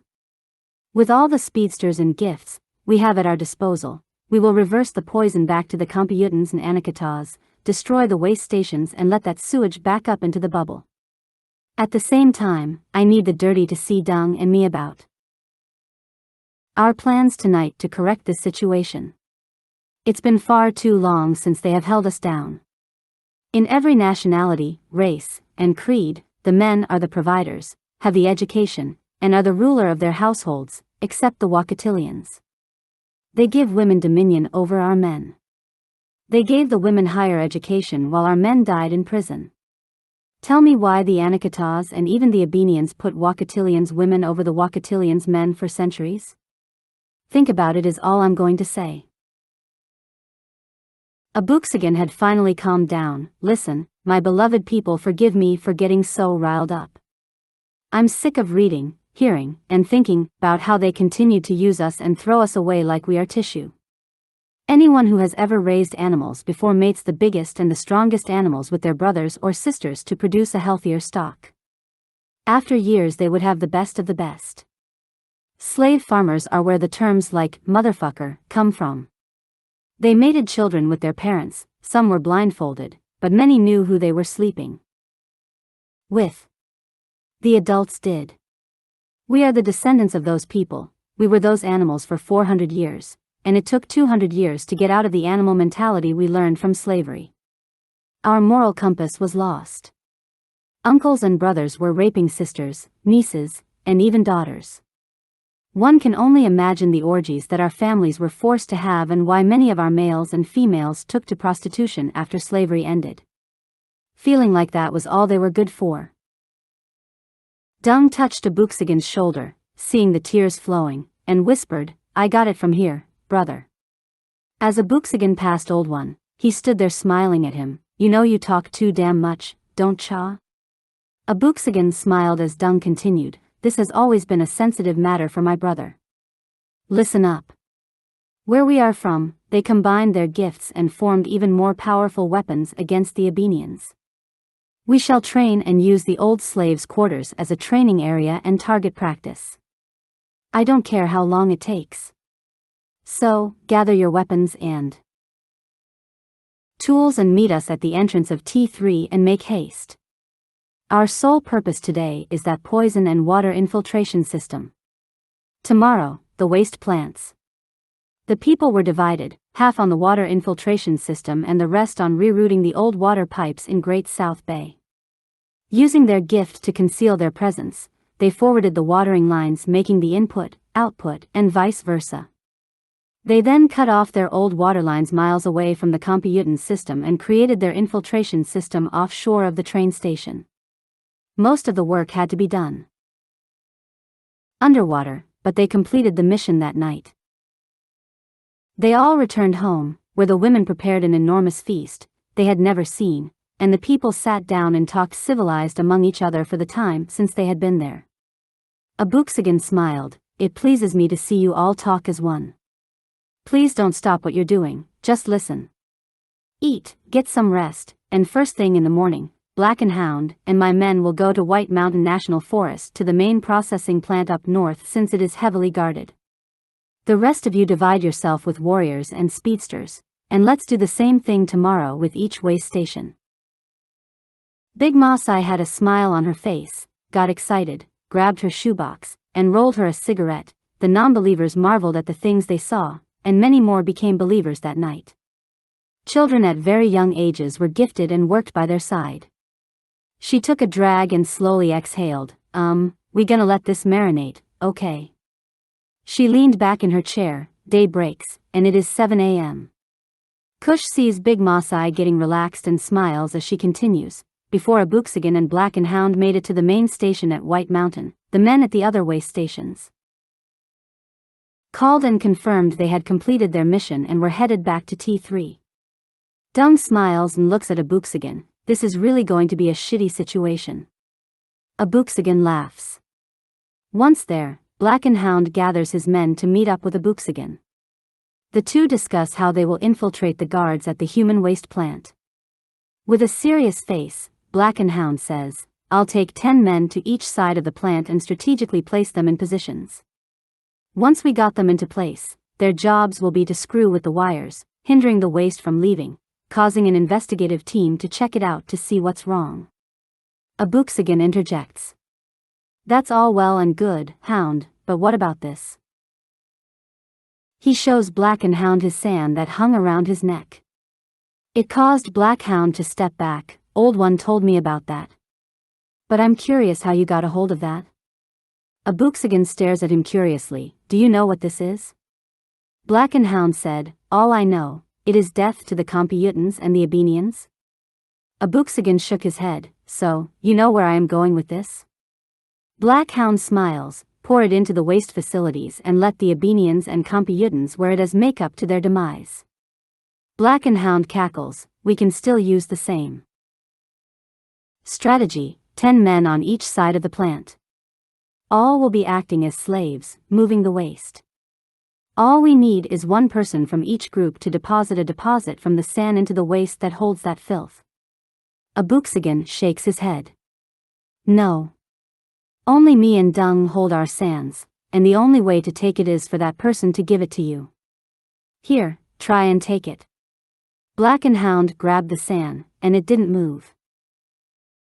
Abooksigun continued, however, you can wipe it on your weapons and put it on your body like lotion. The Abenians and humans mostly fear it. Well, it doesn't do much to humans, yet. Taken aback, Black and Hound is saddened. Then this will defeat the plan. If only the two of you possess it. Abooksigun tilted his head to one side, not necessarily, Hound. All we need is one well-placed drop. We need access to the processing area where the waste is put into these moving containers. The central location where it all starts and ends. Black and Hound looks at Abooksigun in amazement. What you suggest, Prince? You gonna put everyone in danger, including yourself? With only a 1% chance of winning. As he continues, an evil smile crawls around Black and Hound's face. I like it. Let's do it. I'll have my men start a distraction outside the plant.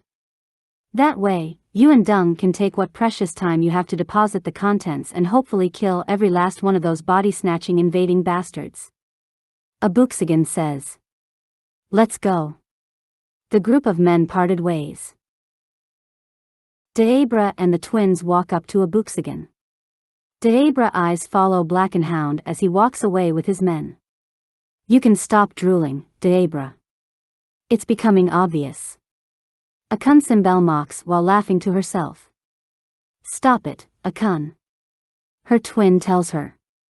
Deabra eyes AkunSimBel to tell her that she doesn't appreciate the sly comments. AkunSimBel stares back at Deabra challengingly, saying, What, Anu? I am only stating the obvious. Pissed off, Deabra replies, Of which I care for your opinion. Why? She snaps. AkunSimBel chuckles some more. Akutukananu becomes annoyed with both of them. You all stop it. This is not the time nor the place. But AkunSimBel continues to heckle Deabra. You didn't get none, did you, Bree? Triggered, Deabra turns around to face AkunSimBel. The younger twin stands her ground. Ooh Bree, you bad now, huh? Akutukananu comes in between the two of them. Hey! I said stop it. Enough of this. What's gotten into you two? Shaking his head in disgust, Abooksigun said, Cut it out. No infighting or I'll take all of you out. Bree, find your mind. And AkunSimBel likewise. This is a war, and we need all hands on deck. And I mean it. Get into your positions. Akutukananu darkens the sky and manipulates the elements. Abooksigun is giving out orders and organizing all of his soldiers. Akun, go with Dung and prepare the sound waves. Bree, I need you with me. Can you do this? Old One told me you are having trouble controlling your powers. Right now, you are critical to our mission and this mess.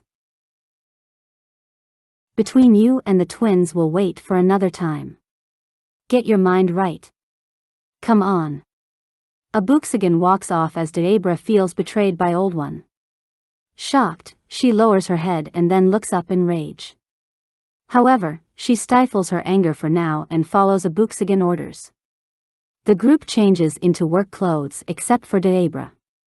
She's in an officer uniform, posing as one of the male officers. Old One, Abooksigun, AkunSimBel, Dung, and Deabra huddle together behind the facility. Akutukananu takes to the skies and causes clouds to form, blocking the sun. Bree, remember. You have to go through this back door and sound the fire alarm, Abooksigun tells her. It will clear out all the guards from this area, so we hope. At that moment, alarms sounded, and the men rushed to their sky crafts, taking off in a hurry, leaving Deabra hiding behind the doors. What the hell? Dung said. Abooksigun's men looked at each other in confusion. What time is it? Old One smiled, Oh, okay, it's 12:15 p.m. They all said in unison, the poison. Abooksigun smiled, Well, Bree, we got our distraction. They're gone. The men rushed in and configured the system. Abooksigun and Dung poured the sand, and the rest strategically set up C4 charges around the facility, unknowing that a man had stayed behind at the main terminal. They made it through the building unnoticed until Old One set the last and final C4 with the detonator at the main terminal door when the man heard them talking. The detonator was pushed and pitched between the door and the wall, and they heard a loud click.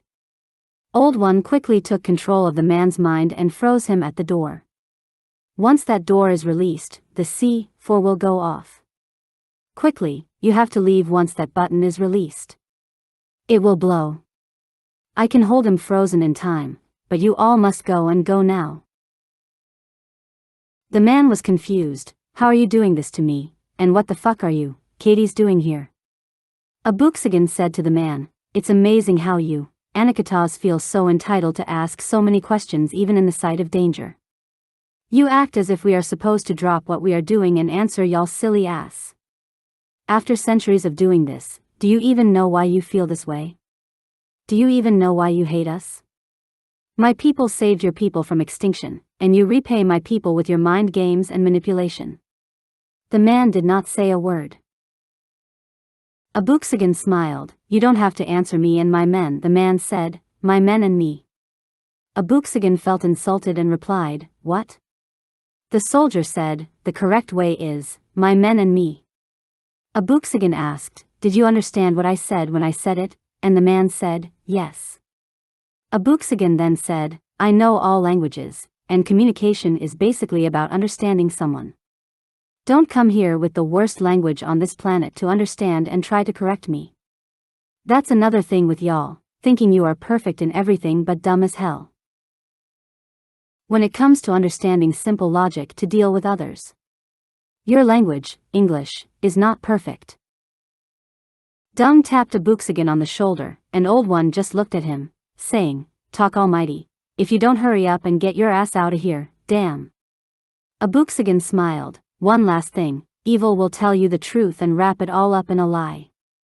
Old One just shook his head, if you don't get yo ass out of here. He handed Dung his knife and said, take this and remember not only me but my people, my clan. Abooksigun refused to give up on the way to save Old One but was left with no choice but to leave. The speedsters, Rana and Hafez, quickly took everyone by twos as far as possible and returned to get Dung and Abooksigun. You guys far enough? Abooksigun heard Old One over their earpiece. Abooksigun answered, I believe so. Old One said, y'all sing me my favorite song, No Weapon, by that Fred Hammond guy? With tears in their eyes, Abooksigun sang, no weapon formed against me shall prosper. It won't work. No weapon formed against me shall prosper. It won't work. Old One looked up as they sang, Sabaoth is truly able. You brought that young ass kid my way years ago, and never in my life would I think I would be taking orders from a kid. An annoying, loudmouth, love-talking ass kid. Who had to endure all that shit from all of our crazy asses. Patience, calm, considerate, and understanding, basically, what I'm saying, Lord, forgive me of my sins against you, forgive me of my ways, for I see now I have sinned against you. I'm sorry. Thank you for being so patient with my dumb ass. Msleech appeared to him, Old One, mighty steel makers of the earth, you were found without favor in Sabaoth's eyes. I came to forgive those who were undeserving. I spared your life from damnation because I saw your pain. Because I have felt your pain, saw your anguish, because I too, felt yours and many others, but because of your selflessness, this day, your name has been restored in the Lamb's Book of Life and your name back to its original form. Ashoga, come and join me with your wife and children, even your clansmen, and see them forever, my child. Old One released the man, and the entire factory blew up. Before Dung and Abooksigun had finished the song, they heard the explosion. Chapter 13, A Promised Gift. The following day, security was heightened as the entire area was quiet, as everyone mourned the death of Old One. Debra sat on the porch drinking her sorrows away as she reminisced about Old Ones and her past. Thoughts of the twins confused her. The twins, Anakatas, a forbidden mix, like myself, she whispers to herself. Abooksigun is sitting outside on the porch of Jatam's home, thinking to himself in the darkness as the night sky is alight with speckles of stars. How can the twins be trusted now? He says to himself. Samayaza and his Nephilim seed run through their blood. Will they be a risk? When Alda calls him, Abooksigun, he stands to attention quickly before realizing who he was. I am here. What is it now, Alda? Alda notices his attention is elsewhere. Oh, this is not an emergency, I just thought I'll let you know that we are moving at midnight. Akun seems to know where this witch lives. Abooksigun sits back down. Really? And how does she know that? Only Anu has met and had some contact with it. That is a road I know nothing about. Something about their minds being intertwined. It's a twin thing, so I'm told. Except that they are unique and outright dangerous. Alda shows a look of concern on his face and Abooksigun sees it. Besides the twins, Alda, what else troubles you? Abooksigun senses worry from Alda. Can we win this war? Every time we turn around for a small break, hell is turned loose against us. Is God really with us? He did not give us these powers for nothing. I feel so spent. We constantly watch for danger because everyone else seems too calm and relaxed. The twins could do so much devastation and destruction. How can we know or be sure that when we leave tonight to fight one of the greatest battles we will have in all of our lifetimes, that the Abenians will not know that we are coming through the twins? Yael appears before Abooksigun. Your mind wavers because evil is brewing to your east and west. You are surrounded by only one very powerful, so-called Abenian, which is toying with everyone's mind. Know of certainty your marriage to your wife is ordained according to Sabaoth's will. Rebuke evil and fast, for war is near. Yael disappears, and Alda sits there staring into space as Abooksigun reassures him of victory against the Abenians. Doubt and worry sets in after death, and many of us began to doubt as I doubted myself just before you arrived. Old one is gone, our life is nothing but a sneeze, a chew, the ah is your conception, your birth, and the chew is death. We have to make it count, make it worth something. My guardian just warned me that evil is among us, causing us to waver. Let us mourn, if not for a minute, and then renew our strength in the Sabaoth. To answer your question, I do not know, Alda. I trust Yahweh will secure victory for us. We can only be prepared as best as we can. Have faith. Trust in the Sabaoth, your God. We shall win. If the twins were not supposed to be with us, I feel assured Sabaoth would have gotten rid of them by now. I, too, worry about them, but I trust in Sabaoth. Sabaoth is able, my friend. Alda sighs and looks back at Abooksigun. We shall win. Alda bows to Abooksigun and walks away. As Alda disappears into the night, Cush interrupted, hold on, now, Big Masai. I thought you were going to tell me when my grandfather and grandmother got married. Abooksigun's just talked about her, but you haven't mentioned a thing. Big Masai laughs. Child, I forgot. I got into the story and left all that behind. Well, they got married right around the time of Akutukananu's first encounter with Bastet and Abooksigun's breakup with Lishan. Abooksigun was confused and broken-hearted about Lishan's behavior, and Akutukananu was confused about her being a descendant of Nephilim. They confided their feelings to each other and fell in love months later. Old One, since he was the eldest, ordained the wedding, and the Dirty 30 were all present. The marriage was pretty much like Wanyenyekevu and Queen's relationship in that they respected each other and loved one another. But that's enough for today. You must prepare for tomorrow's deployment. I will finish up after dinner. While Cush was packing his things and getting ready to go off to the military, he thought about the fact that he was a descendant of both the first man, Adam, and a demigod or Nephilim because of his grandmother's lineage, and wondered to himself, who or what am I? Early the following day, Big Maasai saw the confusion on his face and asked, "What ails you?" Cush saw her concern. "I am confused about myself. Am I a demigod and a lineage of Adam, the first man?"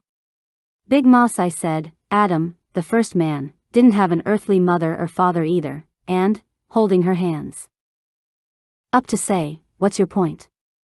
Big Maasai said, "Child, you a human being that Sabaoth wants to use for his glory like we all are, and that's all you need to know.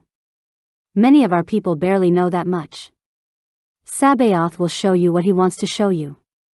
Tell you what he wants to tell you. You either obey, or you don't." Cush said, "Okay, but I have a few more questions. Is Luotica the same place as Takar? Asana and Asuna the same person or two different people?" Big Maasai said, "Child, Lux Takri, Tak, and Takri are all the same name for one place. Tak and Takri are short for Lux Takri and also the nickname for its people. However, Luotica is a hidden name for the ancient kingdom Lux Takri. Asanananu or Asana was the mother of Asuna or Asanananu, so yes, they are two different women of the same lineage. The Egyptians were very complicated and secretive regarding their names." She smiles, "And so I decided to be just as complicated." Cush just looked at Big Maasai. "Well, you did your job, 'cause I was definitely confused too. But I got it now." Big Maasai stood there for a minute. "You know what, I was also thinking, if people know that you are the relative of Samel and Wanyenyekevu, will they expect the same out of you? Tell them nothing and make a name for yourself. Sabaoth is with you, and that's all you and they need to know. Agreed?" Cush shook his head. "Agreed." Big Maasai looked at the time and said, "Now, I'm going to make your favorite dinner and finish up this story. How do barbecue ribs, potato salad, baked beans, and some homemade biscuits sound?" Cush lit up like a Christmas tree. "Sounds good to me." After dinner, Big Maasai grabbed a small box and placed it on the end table next to Cush. "Now, don't open this till I finish my story." Shaking his head, Cush smiled. "Okay." Big Maasai took a seat in Sam's favorite chair. "Now, where was I? Oh yeah, Mletsi appeared before Abooksigun. Non-believers must leave for war is here, and all shall perish unless they are believers. They should cross the Mason-Dixie line or die." Unbeknownst to them, they didn't know Bastet had stayed behind when all the Abenians had left, maybe because she sensed the twins' presence. She just knew she would be the one to complete the mission Satan longed for. She used her abilities to torment the twins. It wasn't until the explosion and the water poisoning that she was awakened. You see, she thrives off of chaos. So, on that same night of the explosion, Abooksigun ordered an emergency meeting demanding a holy jeûne the next day and all unbelievers to escape to the south past the Mason-Dixie line. He was met with contempt by most of them, as one man shouted, "I got up for this shit. Man, fuck you and your God. I'm going back to bed." 200 out of 3,000 non-believers did listen to him. "We don't know where to go." Abooksigun said, "Head to Arizona once you pass the Mason-Dixie line. They have a place for non-believers, but if you stay here, you will die," and they left right away. Bastet made her way in the spirit and possessed the minds of all non-believers, even the Anakitas and Computans, as they slept. She possessed them with their desire, their lust, and thirst for revenge. The ghetto was furious over Abooksigun's presence and thought they were well off before he came. The Anakitas were furious about the deaths caused by the water poisoning, and for the Computans, it was the sewage. The Computans were living in deplorable conditions. The sewage slowly took over the bubble, and their equipment malfunctioned. Many Computans tried to go off-world, but the machine overflowed with sewage. Can you imagine living in a bubble with poisoned water and the smell of shit everywhere? Large roots formed everywhere as Bastet drained the people and had them under her control. Those under her power released a low vibration, but enlightened individuals gave off a much higher vibration, and the roots would attack them if they stepped on or near her vines and roots. Each soul she possessed became a branch within her, and each branch was her strength. The area looked like the Amazon forest. Large roots and vines covered and blocked the entrances of T3, the ghetto, and the entire scope of New York overnight. The guards hadn't noticed the roots until sunrise the following day. Bastet turned her captives into zombie-like creatures that obeyed without hesitation. Anacondas and computans are in front of them, and their Wakatilians, friends, and family are behind them. Yael and all the guardians appeared before them, and the guardian of guardians appeared as they prepared for war. The guardian of guardians shouted, "Awaken or die." Big Masai paused and rolled up a cigarette. She took a drag as she continued. Abooksigun shouted, "IWA," and alarms went off. AkunSimBel quickly got dressed as she was locking in her armor. She looked up and saw Bastet in the mirror. She was beautiful countenance with a wicked appearance. She looks much like their mother, Akutukananu, or Asuna. Big Masai paused and looked at Cush. He replied, "I got it now, Big Masai." Big Masai smiled.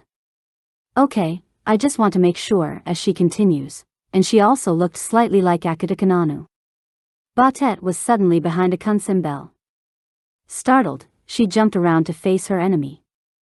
But no one was there as she heard a burst of evil laughter. "Daughter of Ojima, you are the weakest one." The creature cackles. Panicked, AkunSimBel calls for her sister, but no sound leaves her mouth. She grabs her throat and realizes she cannot speak nor use her powers. Bastet reappears in front of AkunSimBel. "Daughter of the Nile." AkunSimBel looks up again, mortified, as she realizes that her powers are useless. She pulls out one of her daggers and swipes at Bastet, who quickly dodges them. From the right, AkunSimBel swipes in an arch pattern, the same for the left. Bastet dodges AkunSimBel several times. Meanwhile, Akutukananu feels something is wrong with her sibling and leaves her room to go and check on AkunSimBel. Akutukananu moves quickly through the hallway, feeling a sense of urgency to reach her sister. She hears a whisper, "Daughter of Ojima." Akutukananu hears the voice in her inner ear, causing her to freeze and tense up. "No, no. Bell." She runs down the hallway attached to a corridor that leads down a staircase, screaming, "Bell." She busts through a door that leads to the backyard. The door disintegrates before Akutukananu as she runs straight through it. Dark clouds hover ahead and move away from Jatame's home. Within the clouds, Akutukananu sees a helpless, possessed, and weakened AkunSimBel and Bastet. "No!" she screams.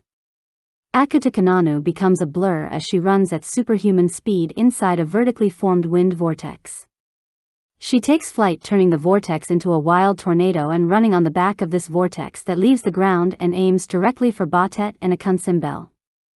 Wicked laughter ensues, and lightning flashes all around Akutukananu as she reaches her hand out for her sister. AkunSimBel is not herself, and time appears to have slowed. The demonic Abenian which controlled AkunSimBel as she shouted, "Lux Takri." A massive burst of energy leaves AkunSimBel's mouth with a piercing sound. A hot white burst of energy cleaves through Akutukananu's left lung, causing her to gag and choke on her blood. Down on the earth, Alda feels the power of Sabaoth running through his veins. Bastet commanded the vines to sprout from the earth, wrap around Alda and bind him to it. "No," Alda says as he is drained of his power by the massive vines and hears the sound of Bastet's deep, dark, and evil laughter. "Not this time, Alda. Your tricks worked once but will not work twice." Abooksigun hurls a spear directly at Bastet, who knocks it out of the air. She stretches forth her hand at Abooksigun, and the ground opens up and moves upward towards the sky, throwing Abooksigun several feet away, which causes a massive quake. But Dung catches him. LaRouge stamps the earth, seismic terror. The gigantic earthen rock drops back down to the earth.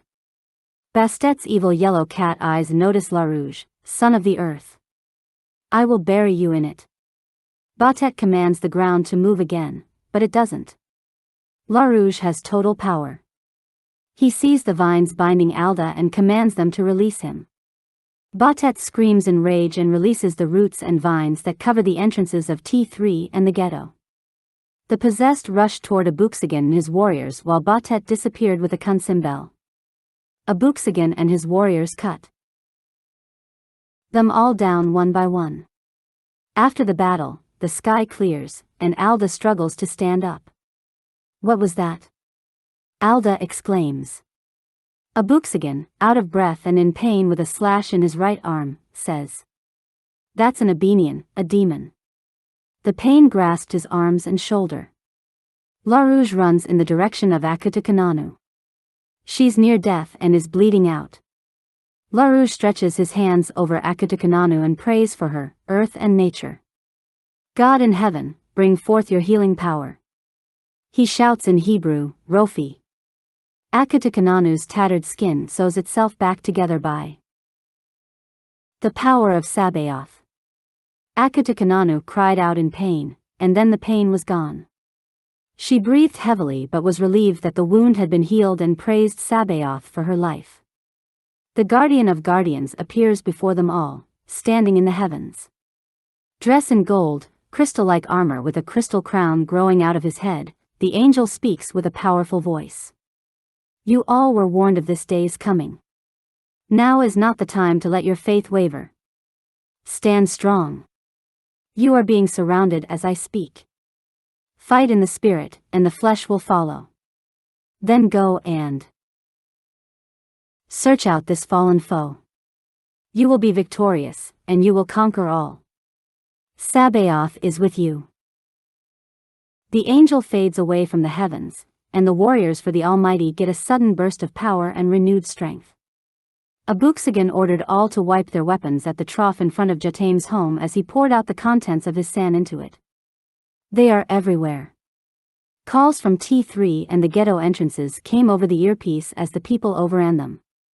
Most of the people who escaped from prison were stationed at the entrance of T3 and fought like madmen, but the people stationed at the ghetto hesitated to kill the possessed people who exited the gate because they were friends or family members. Losing a third of the warriors from the ghetto, Abooksigun became upset.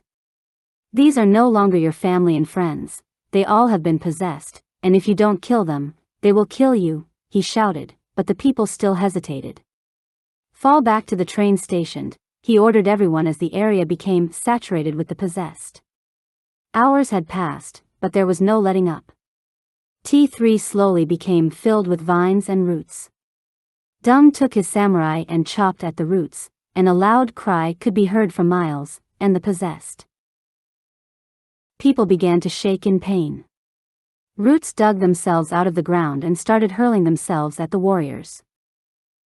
Abooksigun saw a child tangled up in vines and shouted to Dung, "Follow me, D." Abooksigun slashed away at the vines and helped the child escape. Looking behind, making sure no one was left behind, Abooksigun ran toward Dung as he cut away at the vines. Dung looked behind Abooksigun and saw a root headed toward him and jumped in front of it as he tried to morph, but he tripped on a vine. Seeing he couldn't morph in time, he put himself in front of Abooksigun and root heading their way, and the roots punctured his lungs. Time stops, darkness covers Abooksigun, and he sees what looks to be his father. "Pops, is that you?" Wanyenyekevu, curious himself, calls out. Abooksigun? Hearing his son's voice for the first time in over 12 years. Abooksigun asked, "Pops, how did you get here?"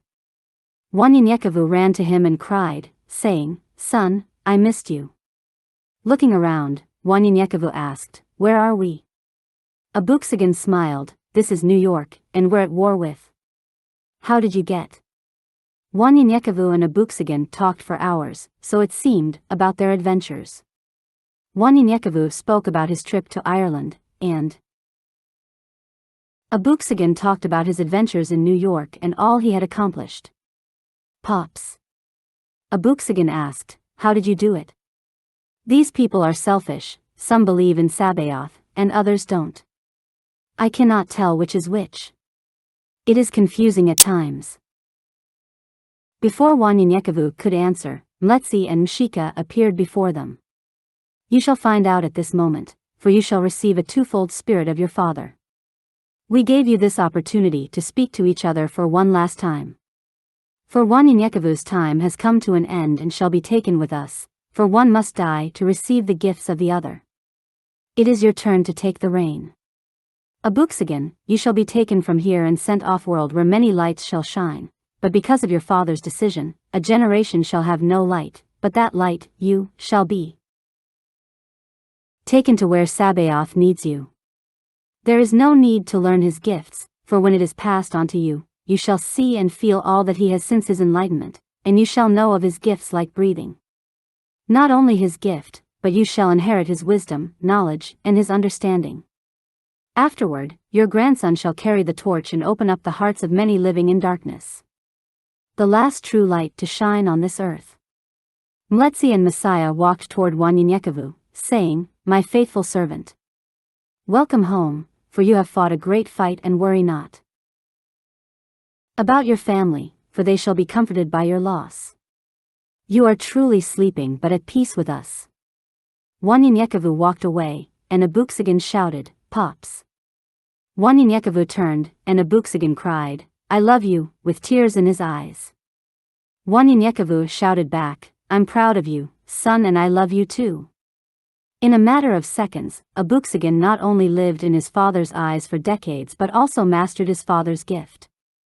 Abooksigun catches a glimpse of time and different futuristic outcomes. Darkness returned to Abooksigun as he relived the moment that Dung fell to the ground. Akutukananu, his kinsman, Ithan, and Alda saw what happened and ran toward them.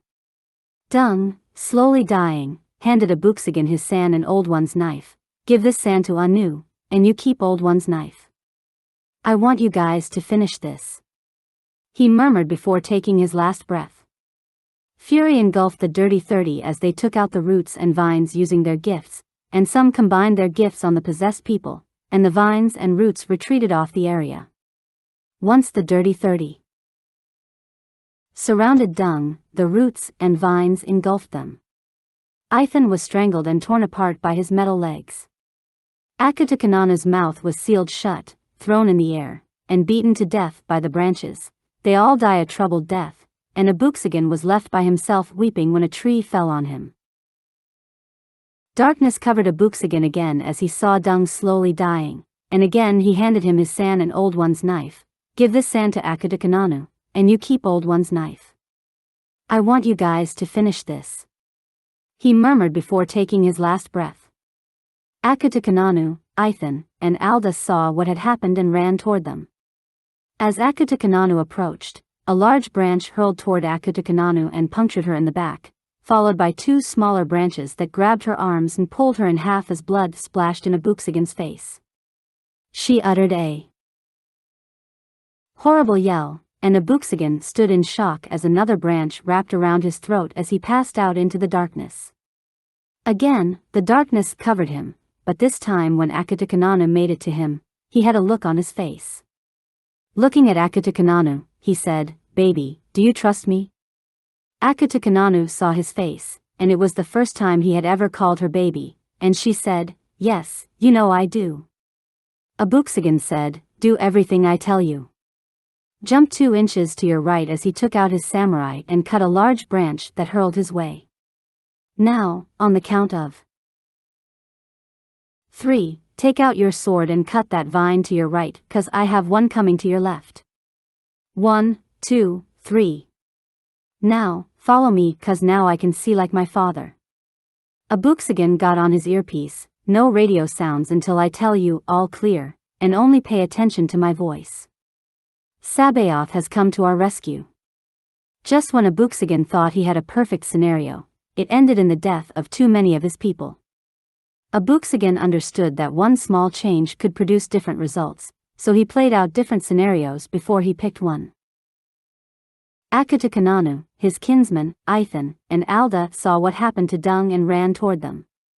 Dung, slowly dying, handed him his san and Old One's knife. Give my san to Akutukananu, and you keep Old One's knife. I want you guys to finish this.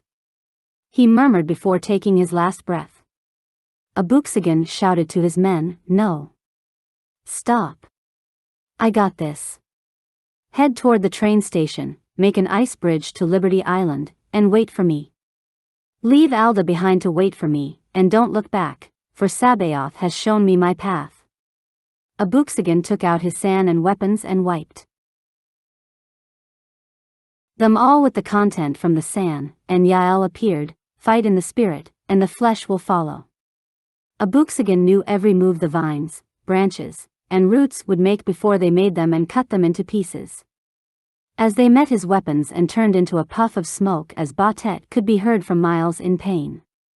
Abooksigun made it to the train station, and Alda was waiting for him. "Everyone has made it. What took you so long?" I was beginning to worry.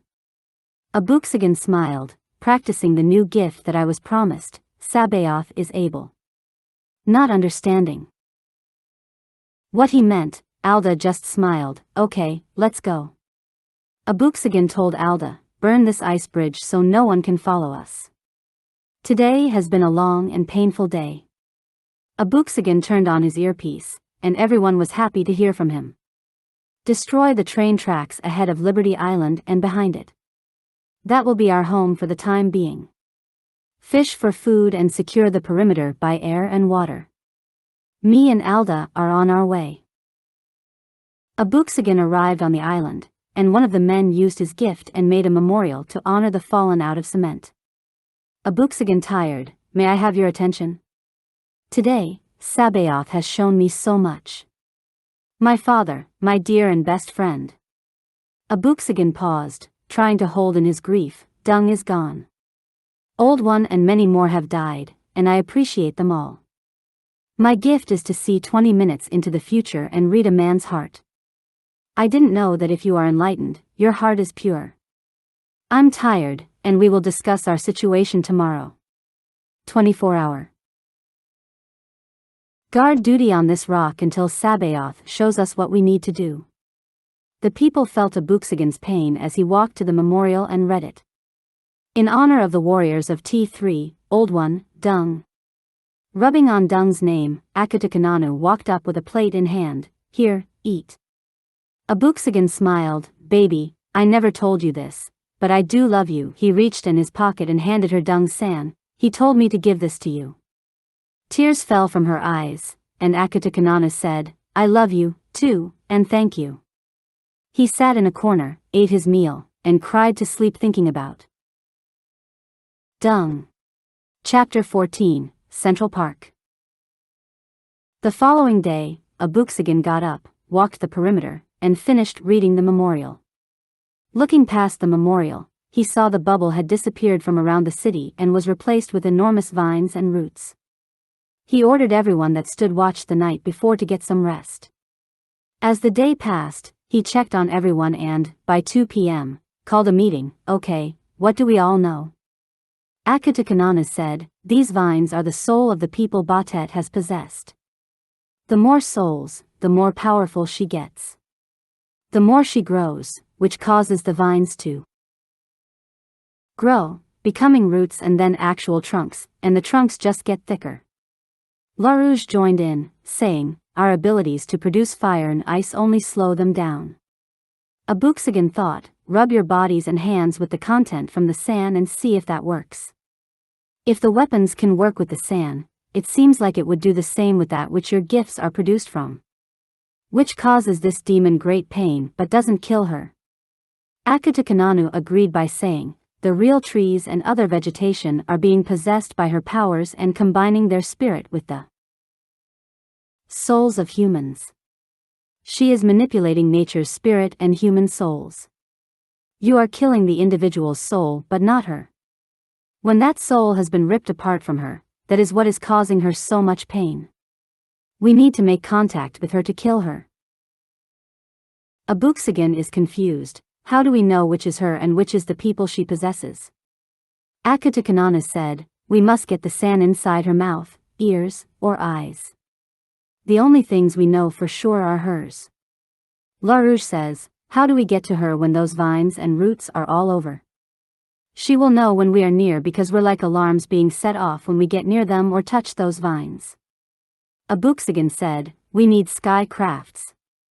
Alda said, "4 of our men that have the gift of flight have flown over the city since the bubble has gone down," and said, "The roots look like giant snakes playing in the mud, and the stench of the sewage is unbearable." Abooksigun took off his san. "I saw in my father's past that they created a thunderstorm by dropping the content from the sand into lakes, rivers, and even ditches. I want to do the same thing." Akutukananu and Abooksigun went to both sides of Liberty Island and poured a drop of the sand into the water. Abooksigun said, "I don't know how long it takes, but give it a minute, and everyone that controls the elements needs to create a thunderstorm until the sewage drains off, and it will cause those roots to die. Later, we'll go in and find sky crafts for everyone. We can't stay here." Akutukananu and Abooksigun waited and looked on, amazed as the thunderstorm devastated the land, as they remained dry. Akutukananu pulled Abooksigun to the side while the rest looked on. "I've been trying to tell you something since Abenian left for Atlanta, but there has been chaos, so this seems like the best time to tell you I'm pregnant." Abooksigun was so happy he grabbed her. "That's great. How far along are we?" Akutukananu smiled, "About 3.5 to 4 months. They talked about the baby until a putrid smell came from off the island caused by the thunderstorm, and clouds of dust covered the land as a mighty howling echoed through the land, a sound they had never heard before." Akutukananu shouted, "She must have released the soul. The pain was probably too great for her. We can go in and search for her now. I feel my sister as well. She's weak but fine." Abooksigun shook his head, "I ain't going nowhere until that smell is gone. We'll wait a little while longer." After 4 hours of rain. "It's 1:45, Alda said impatiently. Abooksigun called those gifted with the ability to manipulate water and asked them to create an ice bridge to Liberty State Park. The smell of sewage was still strong as LaRouge instructed the people, "Try not to inhale that smell too much, or else you'll get hydrogen sulfide poisoning, which irritates eyes and causes respiratory problems. So, if you feel nervousness, dizziness, nausea, headache, and drowsiness, fall back until we find some medical supplies." After 20 minutes, Abooksigun, using his gifts, sent the speedsters ahead to locations to find face masks and sky crafts. Walking across the ice bridge, they all marveled at the building and the different structures, all white. "It's beautiful minus all those damn spider webs. I won't deny its beauty, but the devil can't make heaven on earth," Abooksigun whispered to himself. After they all made it across and gathered on the shoreline, Abooksigun remembers his dreams as the spiders covered the entire city like a blanket with cobwebs. A vision of the future also came to him. First thing first, those that were possessed are now spiders. The rain might have gotten a lot of them, but definitely not all of them. And I can assure you that you don't want to be bitten by one of those. So, those with the gifts of fire scorch the land and surface of everything to kill these bugs, and let's proceed. They walked the streets looking for medical supplies and sky crafts as Abooksigun meditated on his future visions. Not one body in sight. Did this witch actually turn all these computans into her pets? Hafez agreed, "We haven't seen one body since we searched the area, but plenty of siders. I was reading some notes and documents where they ridicule us calling us Jah warriors." Abooksigun smiled, "While you're playing, I like that name cause Dirty 30 is old, and there's more than 30 of us now, anyways. I think I'll use it. We are now Jah warriors, and it has a ring to it." They walked for over an hour, and by the time they reached Highway 78, they found 150 workable sky crafts. By 4 a.m. and still dark outside, Akutukananu's wounds are healed from the fight at T3, but the torn tissue's memory lives on in her mind. Akutukananu sees a vision that flashes across her mind. She can see where the demon has her sister and their location. In the vision, she walks through an odd forest as her grandmother did before her. There is a particular spot in this forest that is consecrated to evil. The trees are giving off an evil presence. She's walking on an enormous vine while hearing whispered words that penetrate her inner ear, "Daughter of Ojima, welcome home." As her vision continues, she looks around to see people walking on the large man-made bridges that lead to nowhere. They are in a trance and cannot hear. Akutukananu hears more whispers around her as she proceeds to the fallen angel's dwelling. The plants are speaking to her all at once. "Stop. Do not come to this evil place." Akutukananu says, "Who are you that speaks to me?" "I am here for my sister," her voice echoes. Akutukananu snaps back to herself from the vision.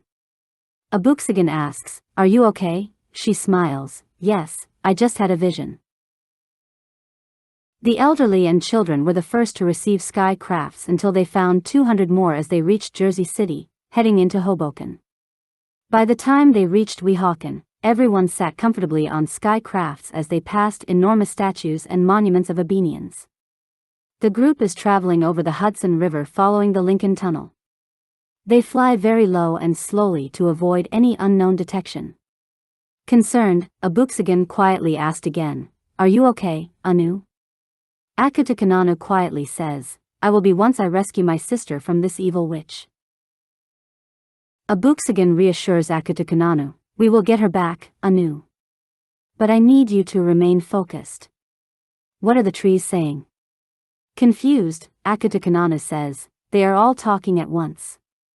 The possessed as well as the living, and it's hard to focus. I have never dealt with anything like this before." Abooksigun instructs her, "Then pick one voice out of them all and ignore all the others." Akutukananu focuses on one voice, and she hears, "Follow the Hudson River north on 8th Avenue and straight to Central Park. You will find a dock midway up. From there, it is a walk through the forest. The Devil's Den will be 4 miles inland. Bastet is expecting you." Akutukananu sees the plants pointing, says to Abooksigun, "Midway, we should see a dock somewhere. I do not know which side of the river it will be on. So, you will have to keep an eye out for it. From there, it will be a 4-mile walk to Bastet's home. The sky crafts will be unable to fly through the thickening forest." Abooksigun, amused, "All right, sounds like fun." The group travels 2 miles up the Hudson River and reaches the Tater Dock. They land their sky crafts on the land. Millions of spiders have been following and surrounding them. Abooksigun instructs those to create anything with the sand that creates a mist, smoke, or even vapors that will keep the spiders at bay, and insists that everyone get some rest. La Rouge is instantly unnerved at the evilness coming from the forest, said, "This is an unholy place." Alda hisses, "Be silent, La Rouge. Lower your voice. Will you have our enemies know that we are here?" But La Rouge doubles down on his words. "The enemy already knows that we are here, Alda. And already plotting our demise." Abooksigun rebukes them. "Both. Shut up, both of you. Do you not realize this foe is playing mind games and toying with your emotions and your faith?" A wicket of laughter echoes out of the forest, which catches everyone's attention. Debra is frightened. Fear sets among them all. Debra backs away. "Debra." A wicked voice calls out to her, and Debra screams, "Leave me alone. Leave me alone. Leave me alone." Debra is on her knees, clenching her ears as terror spreads among the warriors. But Abooksigun stands his ground, "Satan. The Lord rebuke you." The wicked laughter fades and the fear invoked by Bastet leaves. Abooksigun demands, "All of you. Start praying and giving Sabaoth glory. Concentrate your minds on only that which is holy. If you let her in mentally, she has already defeated us because of it. No more fear. No more uncertainty and no more doubt. You have guardians for a reason, and you fail to listen. Well, listen or die. Especially you, Debra, you have a purpose, but you let fear consume you." Abooksigun grabbed a broken mirror and showed it to Debra. Change into the form of old one, now dung. These people loved you and now are gone, 'cause they fought for righteousness. Now, change into those who have hurt you. These people have you doubting and in a state of hopelessness. Look them in their eyes and defeat them, 'cause if you don't, you will die. Sabaoth called you for nothing but for greatness, and you don't see it. All you see is your pain. That pain was to teach you and mold you into who he wanted you to be. Be it, or get the fuck on. Because you will be the death of us all if you don't. Deabra walked off in tears, and Akutukananu ran off behind her. Abooksigun built a fire, took a few canteens of water, poured a few drops from the sand, and passed it around to the kids and elderly, and after a wall of smoke and mist engulfed the campsite, they rested as he mediated. Akutukananu and Deabra talked about what Abooksigun had said. I know he's right, but my mind sometimes gets the best of me, Deabra said. Akutukananu smiled. What you don't get is it happens to all of us, but we must listen to our hearts and the guardians. There have been times when I didn't listen either, but when I did, Sabaoth gave me strength unimaginable. That's all he's saying. We all do silly things when we are hurt and go so far as to hurt others to make them feel as we do. This demon which has used that hurt to trick my sister, to possess her. I can't entirely agree with everything she has done, but we are trying to save the same person because our love for each other has us where we are now. So, stop doubting and listen to your heart. I agree with Book when he said you wouldn't be here if Sabaoth weren't with you. You wouldn't be enlightened. 13. Years together has to count for something. Now, let's get something to eat. The group starts praising Sabaoth and consecrating themselves before walking further into the forest. Abooksigun stopped the people. When we came here, there were 32 of us, and Sabaoth has us outnumbering 2,500. Stand in Sabaoth and be strong. I have foreseen the future, and we will be victorious. Everyone, turn on your earpiece and listen to my commands, and then we will go home to Arizona and live in peace. Abooksigun and Akutukananu gave everyone a drop from the sand, told them to wipe their face, hands, and feet with the content, and commanded them not to wipe it off until Bastet was dead. Looking at Ithan, Abooksigun said, take off your sandals and let this demon feel your wrath.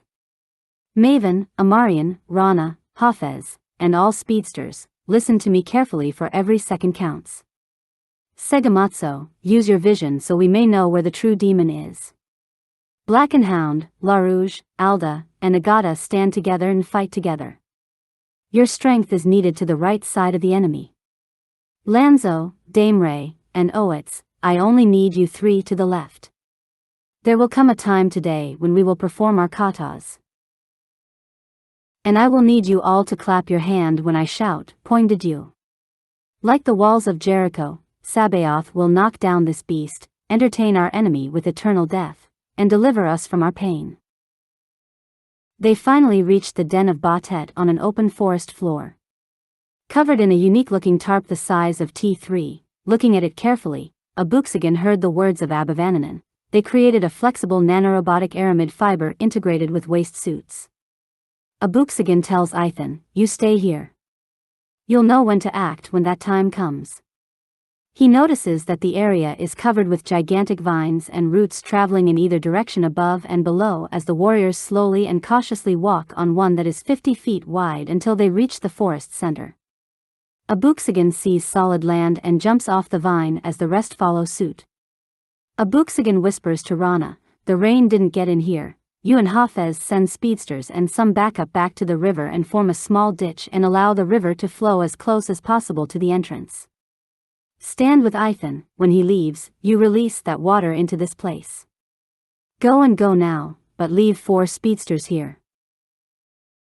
Big Maasai got excited. After walking on that large vine, she knew that they were there but didn't attack 'cause she was up to something. Abooksigun said the same thing and told the men, I don't know what she's up to, but just listen carefully. 50 yards ahead of them, amidst the cavern, there sat a naked woman with 3 sets of breasts and what appeared to be twigs shooting out of her head.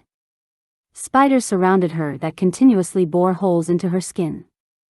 When Abooksigun got close enough, the spiders stopped, and she opened her eyes.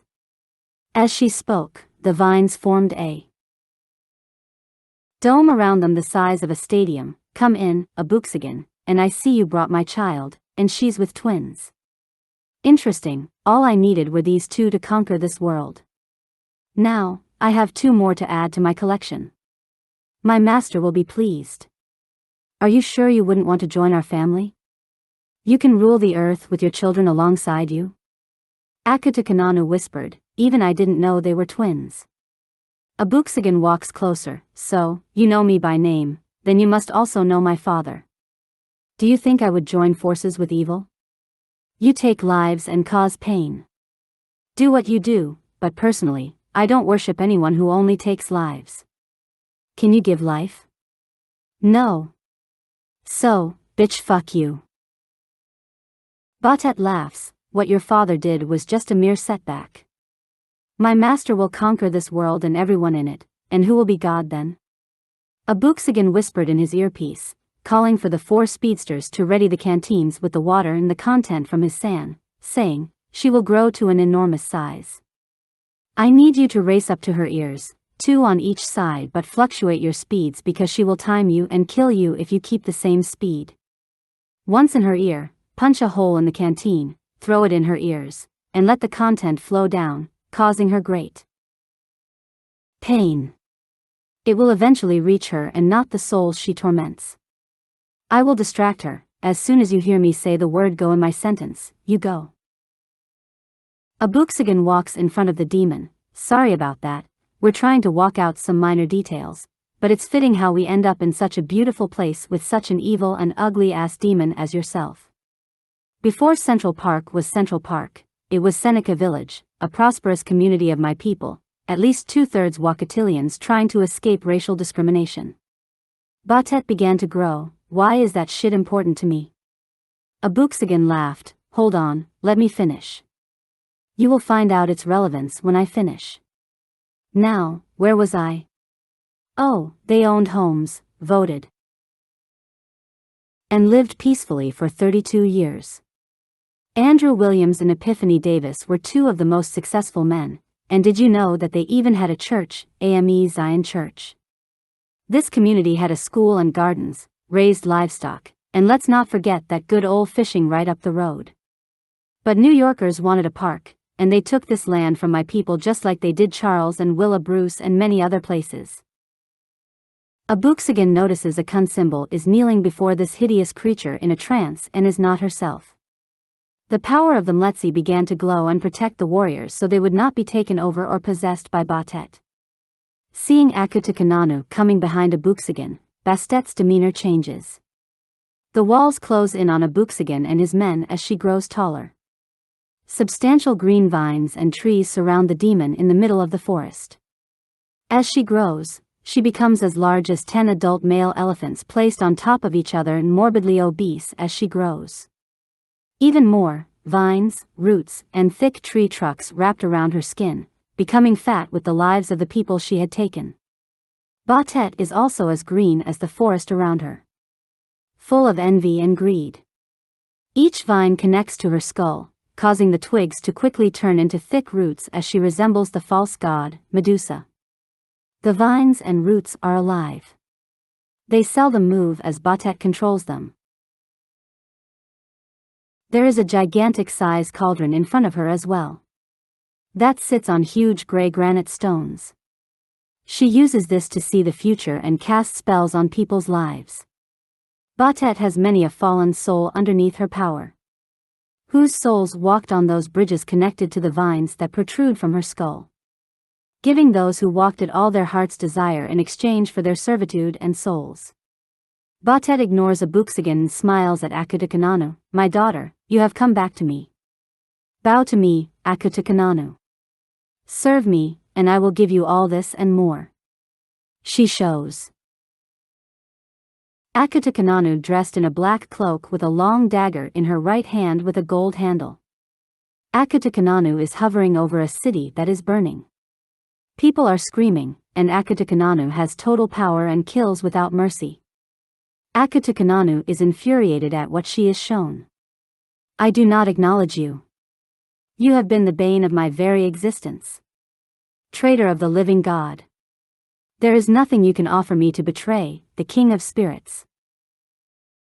A heavenly host appears, Mletsi and everyone's guardians. A brilliant, blinding light shines, sending the darkness fleeing. Abooksigun sees Mletsi and tells Bastet, "That's rude of you. Here I go, spilling my guts out to you, and you just ignore me. Selfish?" I wasn't finished with my story. Abooksigun could tell when one of the speedsters had made it as he saw Bastet shakes her head in pain, but he continued, "So, you have brought us back here to kill us all, once and for all, so you think, to prove to your master that you're the one. You think you'll get promoted or something."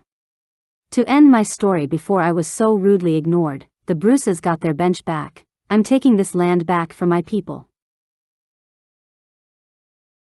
Mletsi said to Abooksigun, "Go forth and conquer all." Abooksigun could tell that another one of the speedsters had made it as he saw Bastet shake her head in pain as he continued, "I'll repeat myself. Maybe you didn't hear me the first time. So, you have brought us back here to kill us all?" Bastet screams in absolute fury. Ethan looks down at the water and hears Bastet saying, "I'm a stump, a mud hole in this bitch." Ethan used his powerful legs and stomped so hard the earth cracked, which reached Bastet's cauldron, causing it to fall over at that same time. Abooksigun ordered the speedster holding the water to release it, killing over half of Bastet's possessed host that started to come out of her. Bastet became infuriated as her ears filled with pain, and those possessed incinerated. "You son of a bitch, your trickery will be your death," shouted Bastet. The vines and roots surrounded them, growing at least 10 stories high, and started to break into pieces as she shouted at Akutukananu.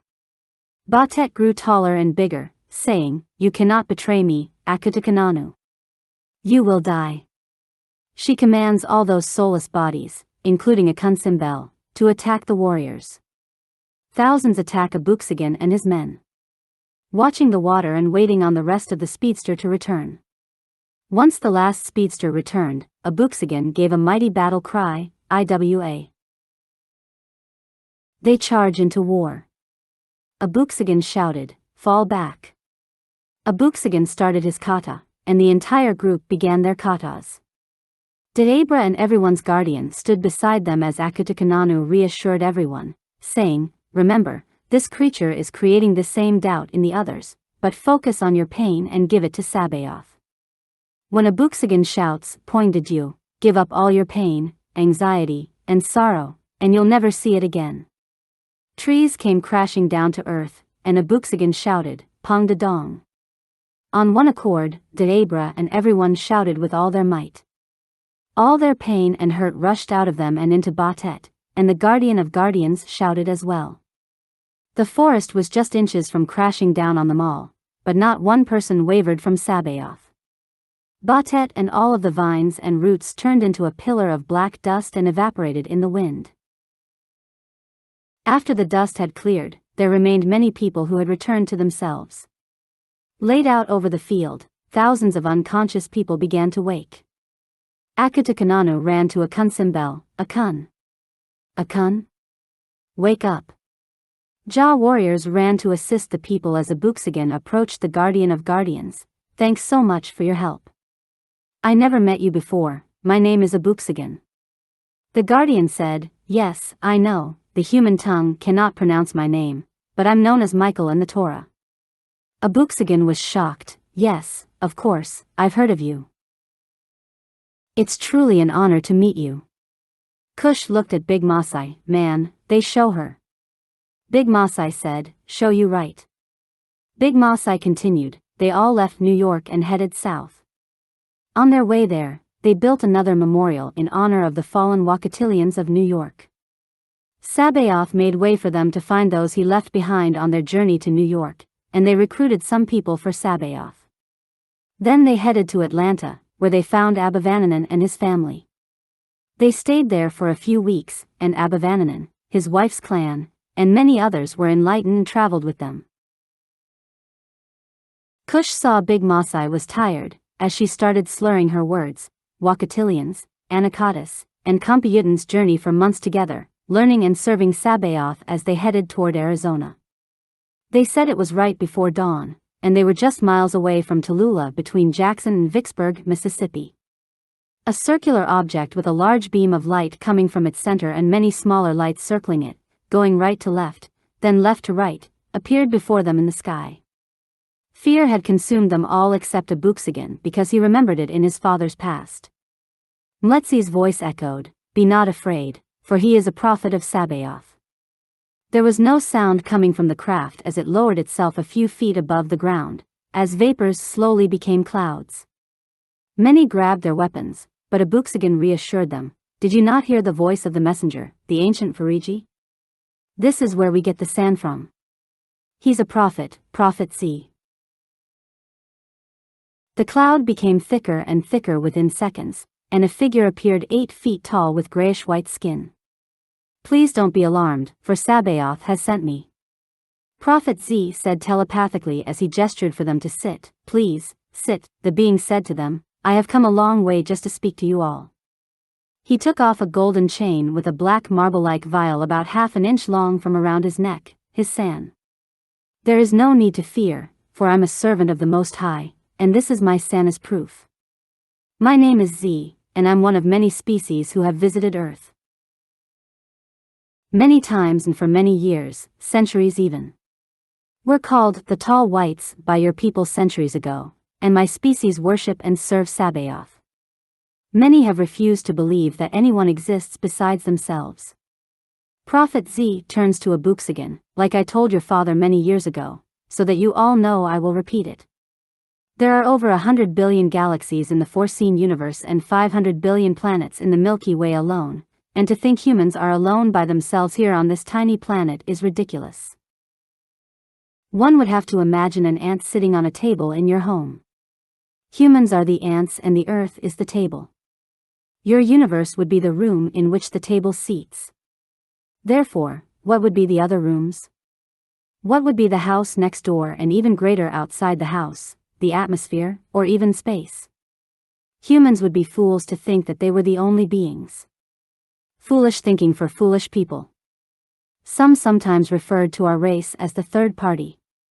We are conscious beings that are telepathic whose humanoid shapes were born when it was written, 'Let there be light,' and it was light, so we are born millenniums before your species and in another galaxy.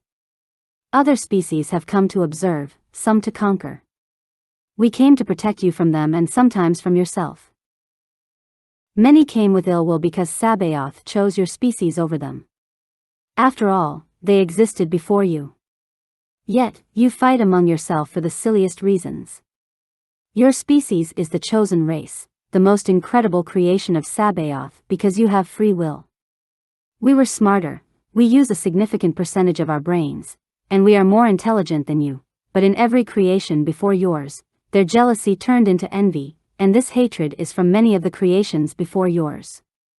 Your species is naive, and many even started worshipping our kind. Some governments welcome them, and in return, they share their technology with your kind, knowing many would become greedy and destroy the planet. And so, it did, but the plans of Sabaoth cannot and will not be stopped. When righteousness is more, evil itself cannot be seen. Now, sin is stronger among you, and righteousness is less. This is why your so-called Abenians have come to Earth. The evil one, or the great deceiver, has stomped out the many lights of Sabaoth through lust, greed, and power. Remember when I said earlier that evil itself could not be seen when righteousness is more? Now, evil is more, and very few serve righteousness. Therefore, the Abenians are here on Earth. Well, before the Abenian, as you call them, came to Earth, there were more righteous people, and their presence wasn't seen, but they were here in spirit and have been here since their fall, only possessing those who were truly evil. But the hearts of many have become cold. The preacher preaches prosperity instead of love. Technology led to laziness, greediness, perversion, and lust. As the evil grows on Earth, the fallen angels of Sabaoth could then come in their original form before they fell from grace. Once spirits, now flesh, to deceive and pervert the words of Sabaoth to men. Prophet Z turns to Abooksigun. Now I have come for the second time to take you off-world to do what you have done in New York on a larger scale. To guide those that believe and train them in Pong de Dong, for the last days are here, and it's time to obey Sabaoth's will. Choose who you please, and let's be on our way. Abooksigun started picking individuals, but many volunteered, even AkunSimBel. Akutukananu is left behind and tells them to make it across the country and be disciples for Sabaoth and to gather those that believe.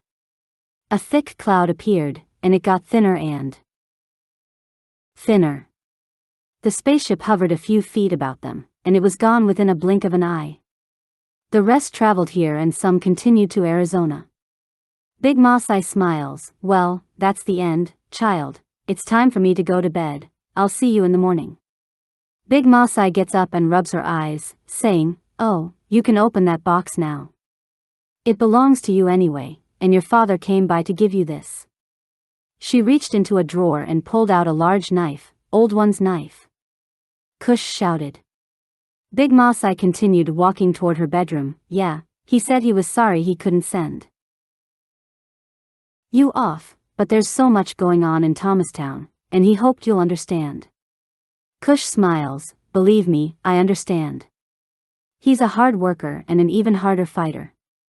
Big Masai closes her bedroom door, saying, "Good night." Cush sat on the sofa and opened the box. There was a note and a necklace. Holding up the chain, and there was a silver penny with a san. He unfolds the note and reads, "This now belongs to you, love Mamaline, aka Akutukananu." Cush heard a loud voice. Big Masai shouted, "Cush, you're going to be late for your departure.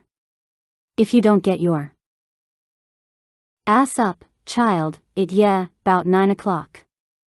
Cush jumped. I don't even remember falling asleep, Big Masai. He got dressed, grabbed a few pieces of bacon, and stuffed 2 pancakes in his mouth. He jumped on his sky craft. Big Masai shouts at him, "Here, take this with cha, it's some music and some speeches I found for you. Don't go around listening to that juke and letting it into your spirit." Abooksigun grabbed the device without looking at it, rushed to the fairgrounds, and ran as fast as he could, hearing his name being called, "Cush. Is there a Cush present?" Out of breath, Cush raised his hand. "I am Cush." The end. Copyright 1982 to 2022 by L. James Bolin. All material was written by L. James Bolin and Shakida Dennis.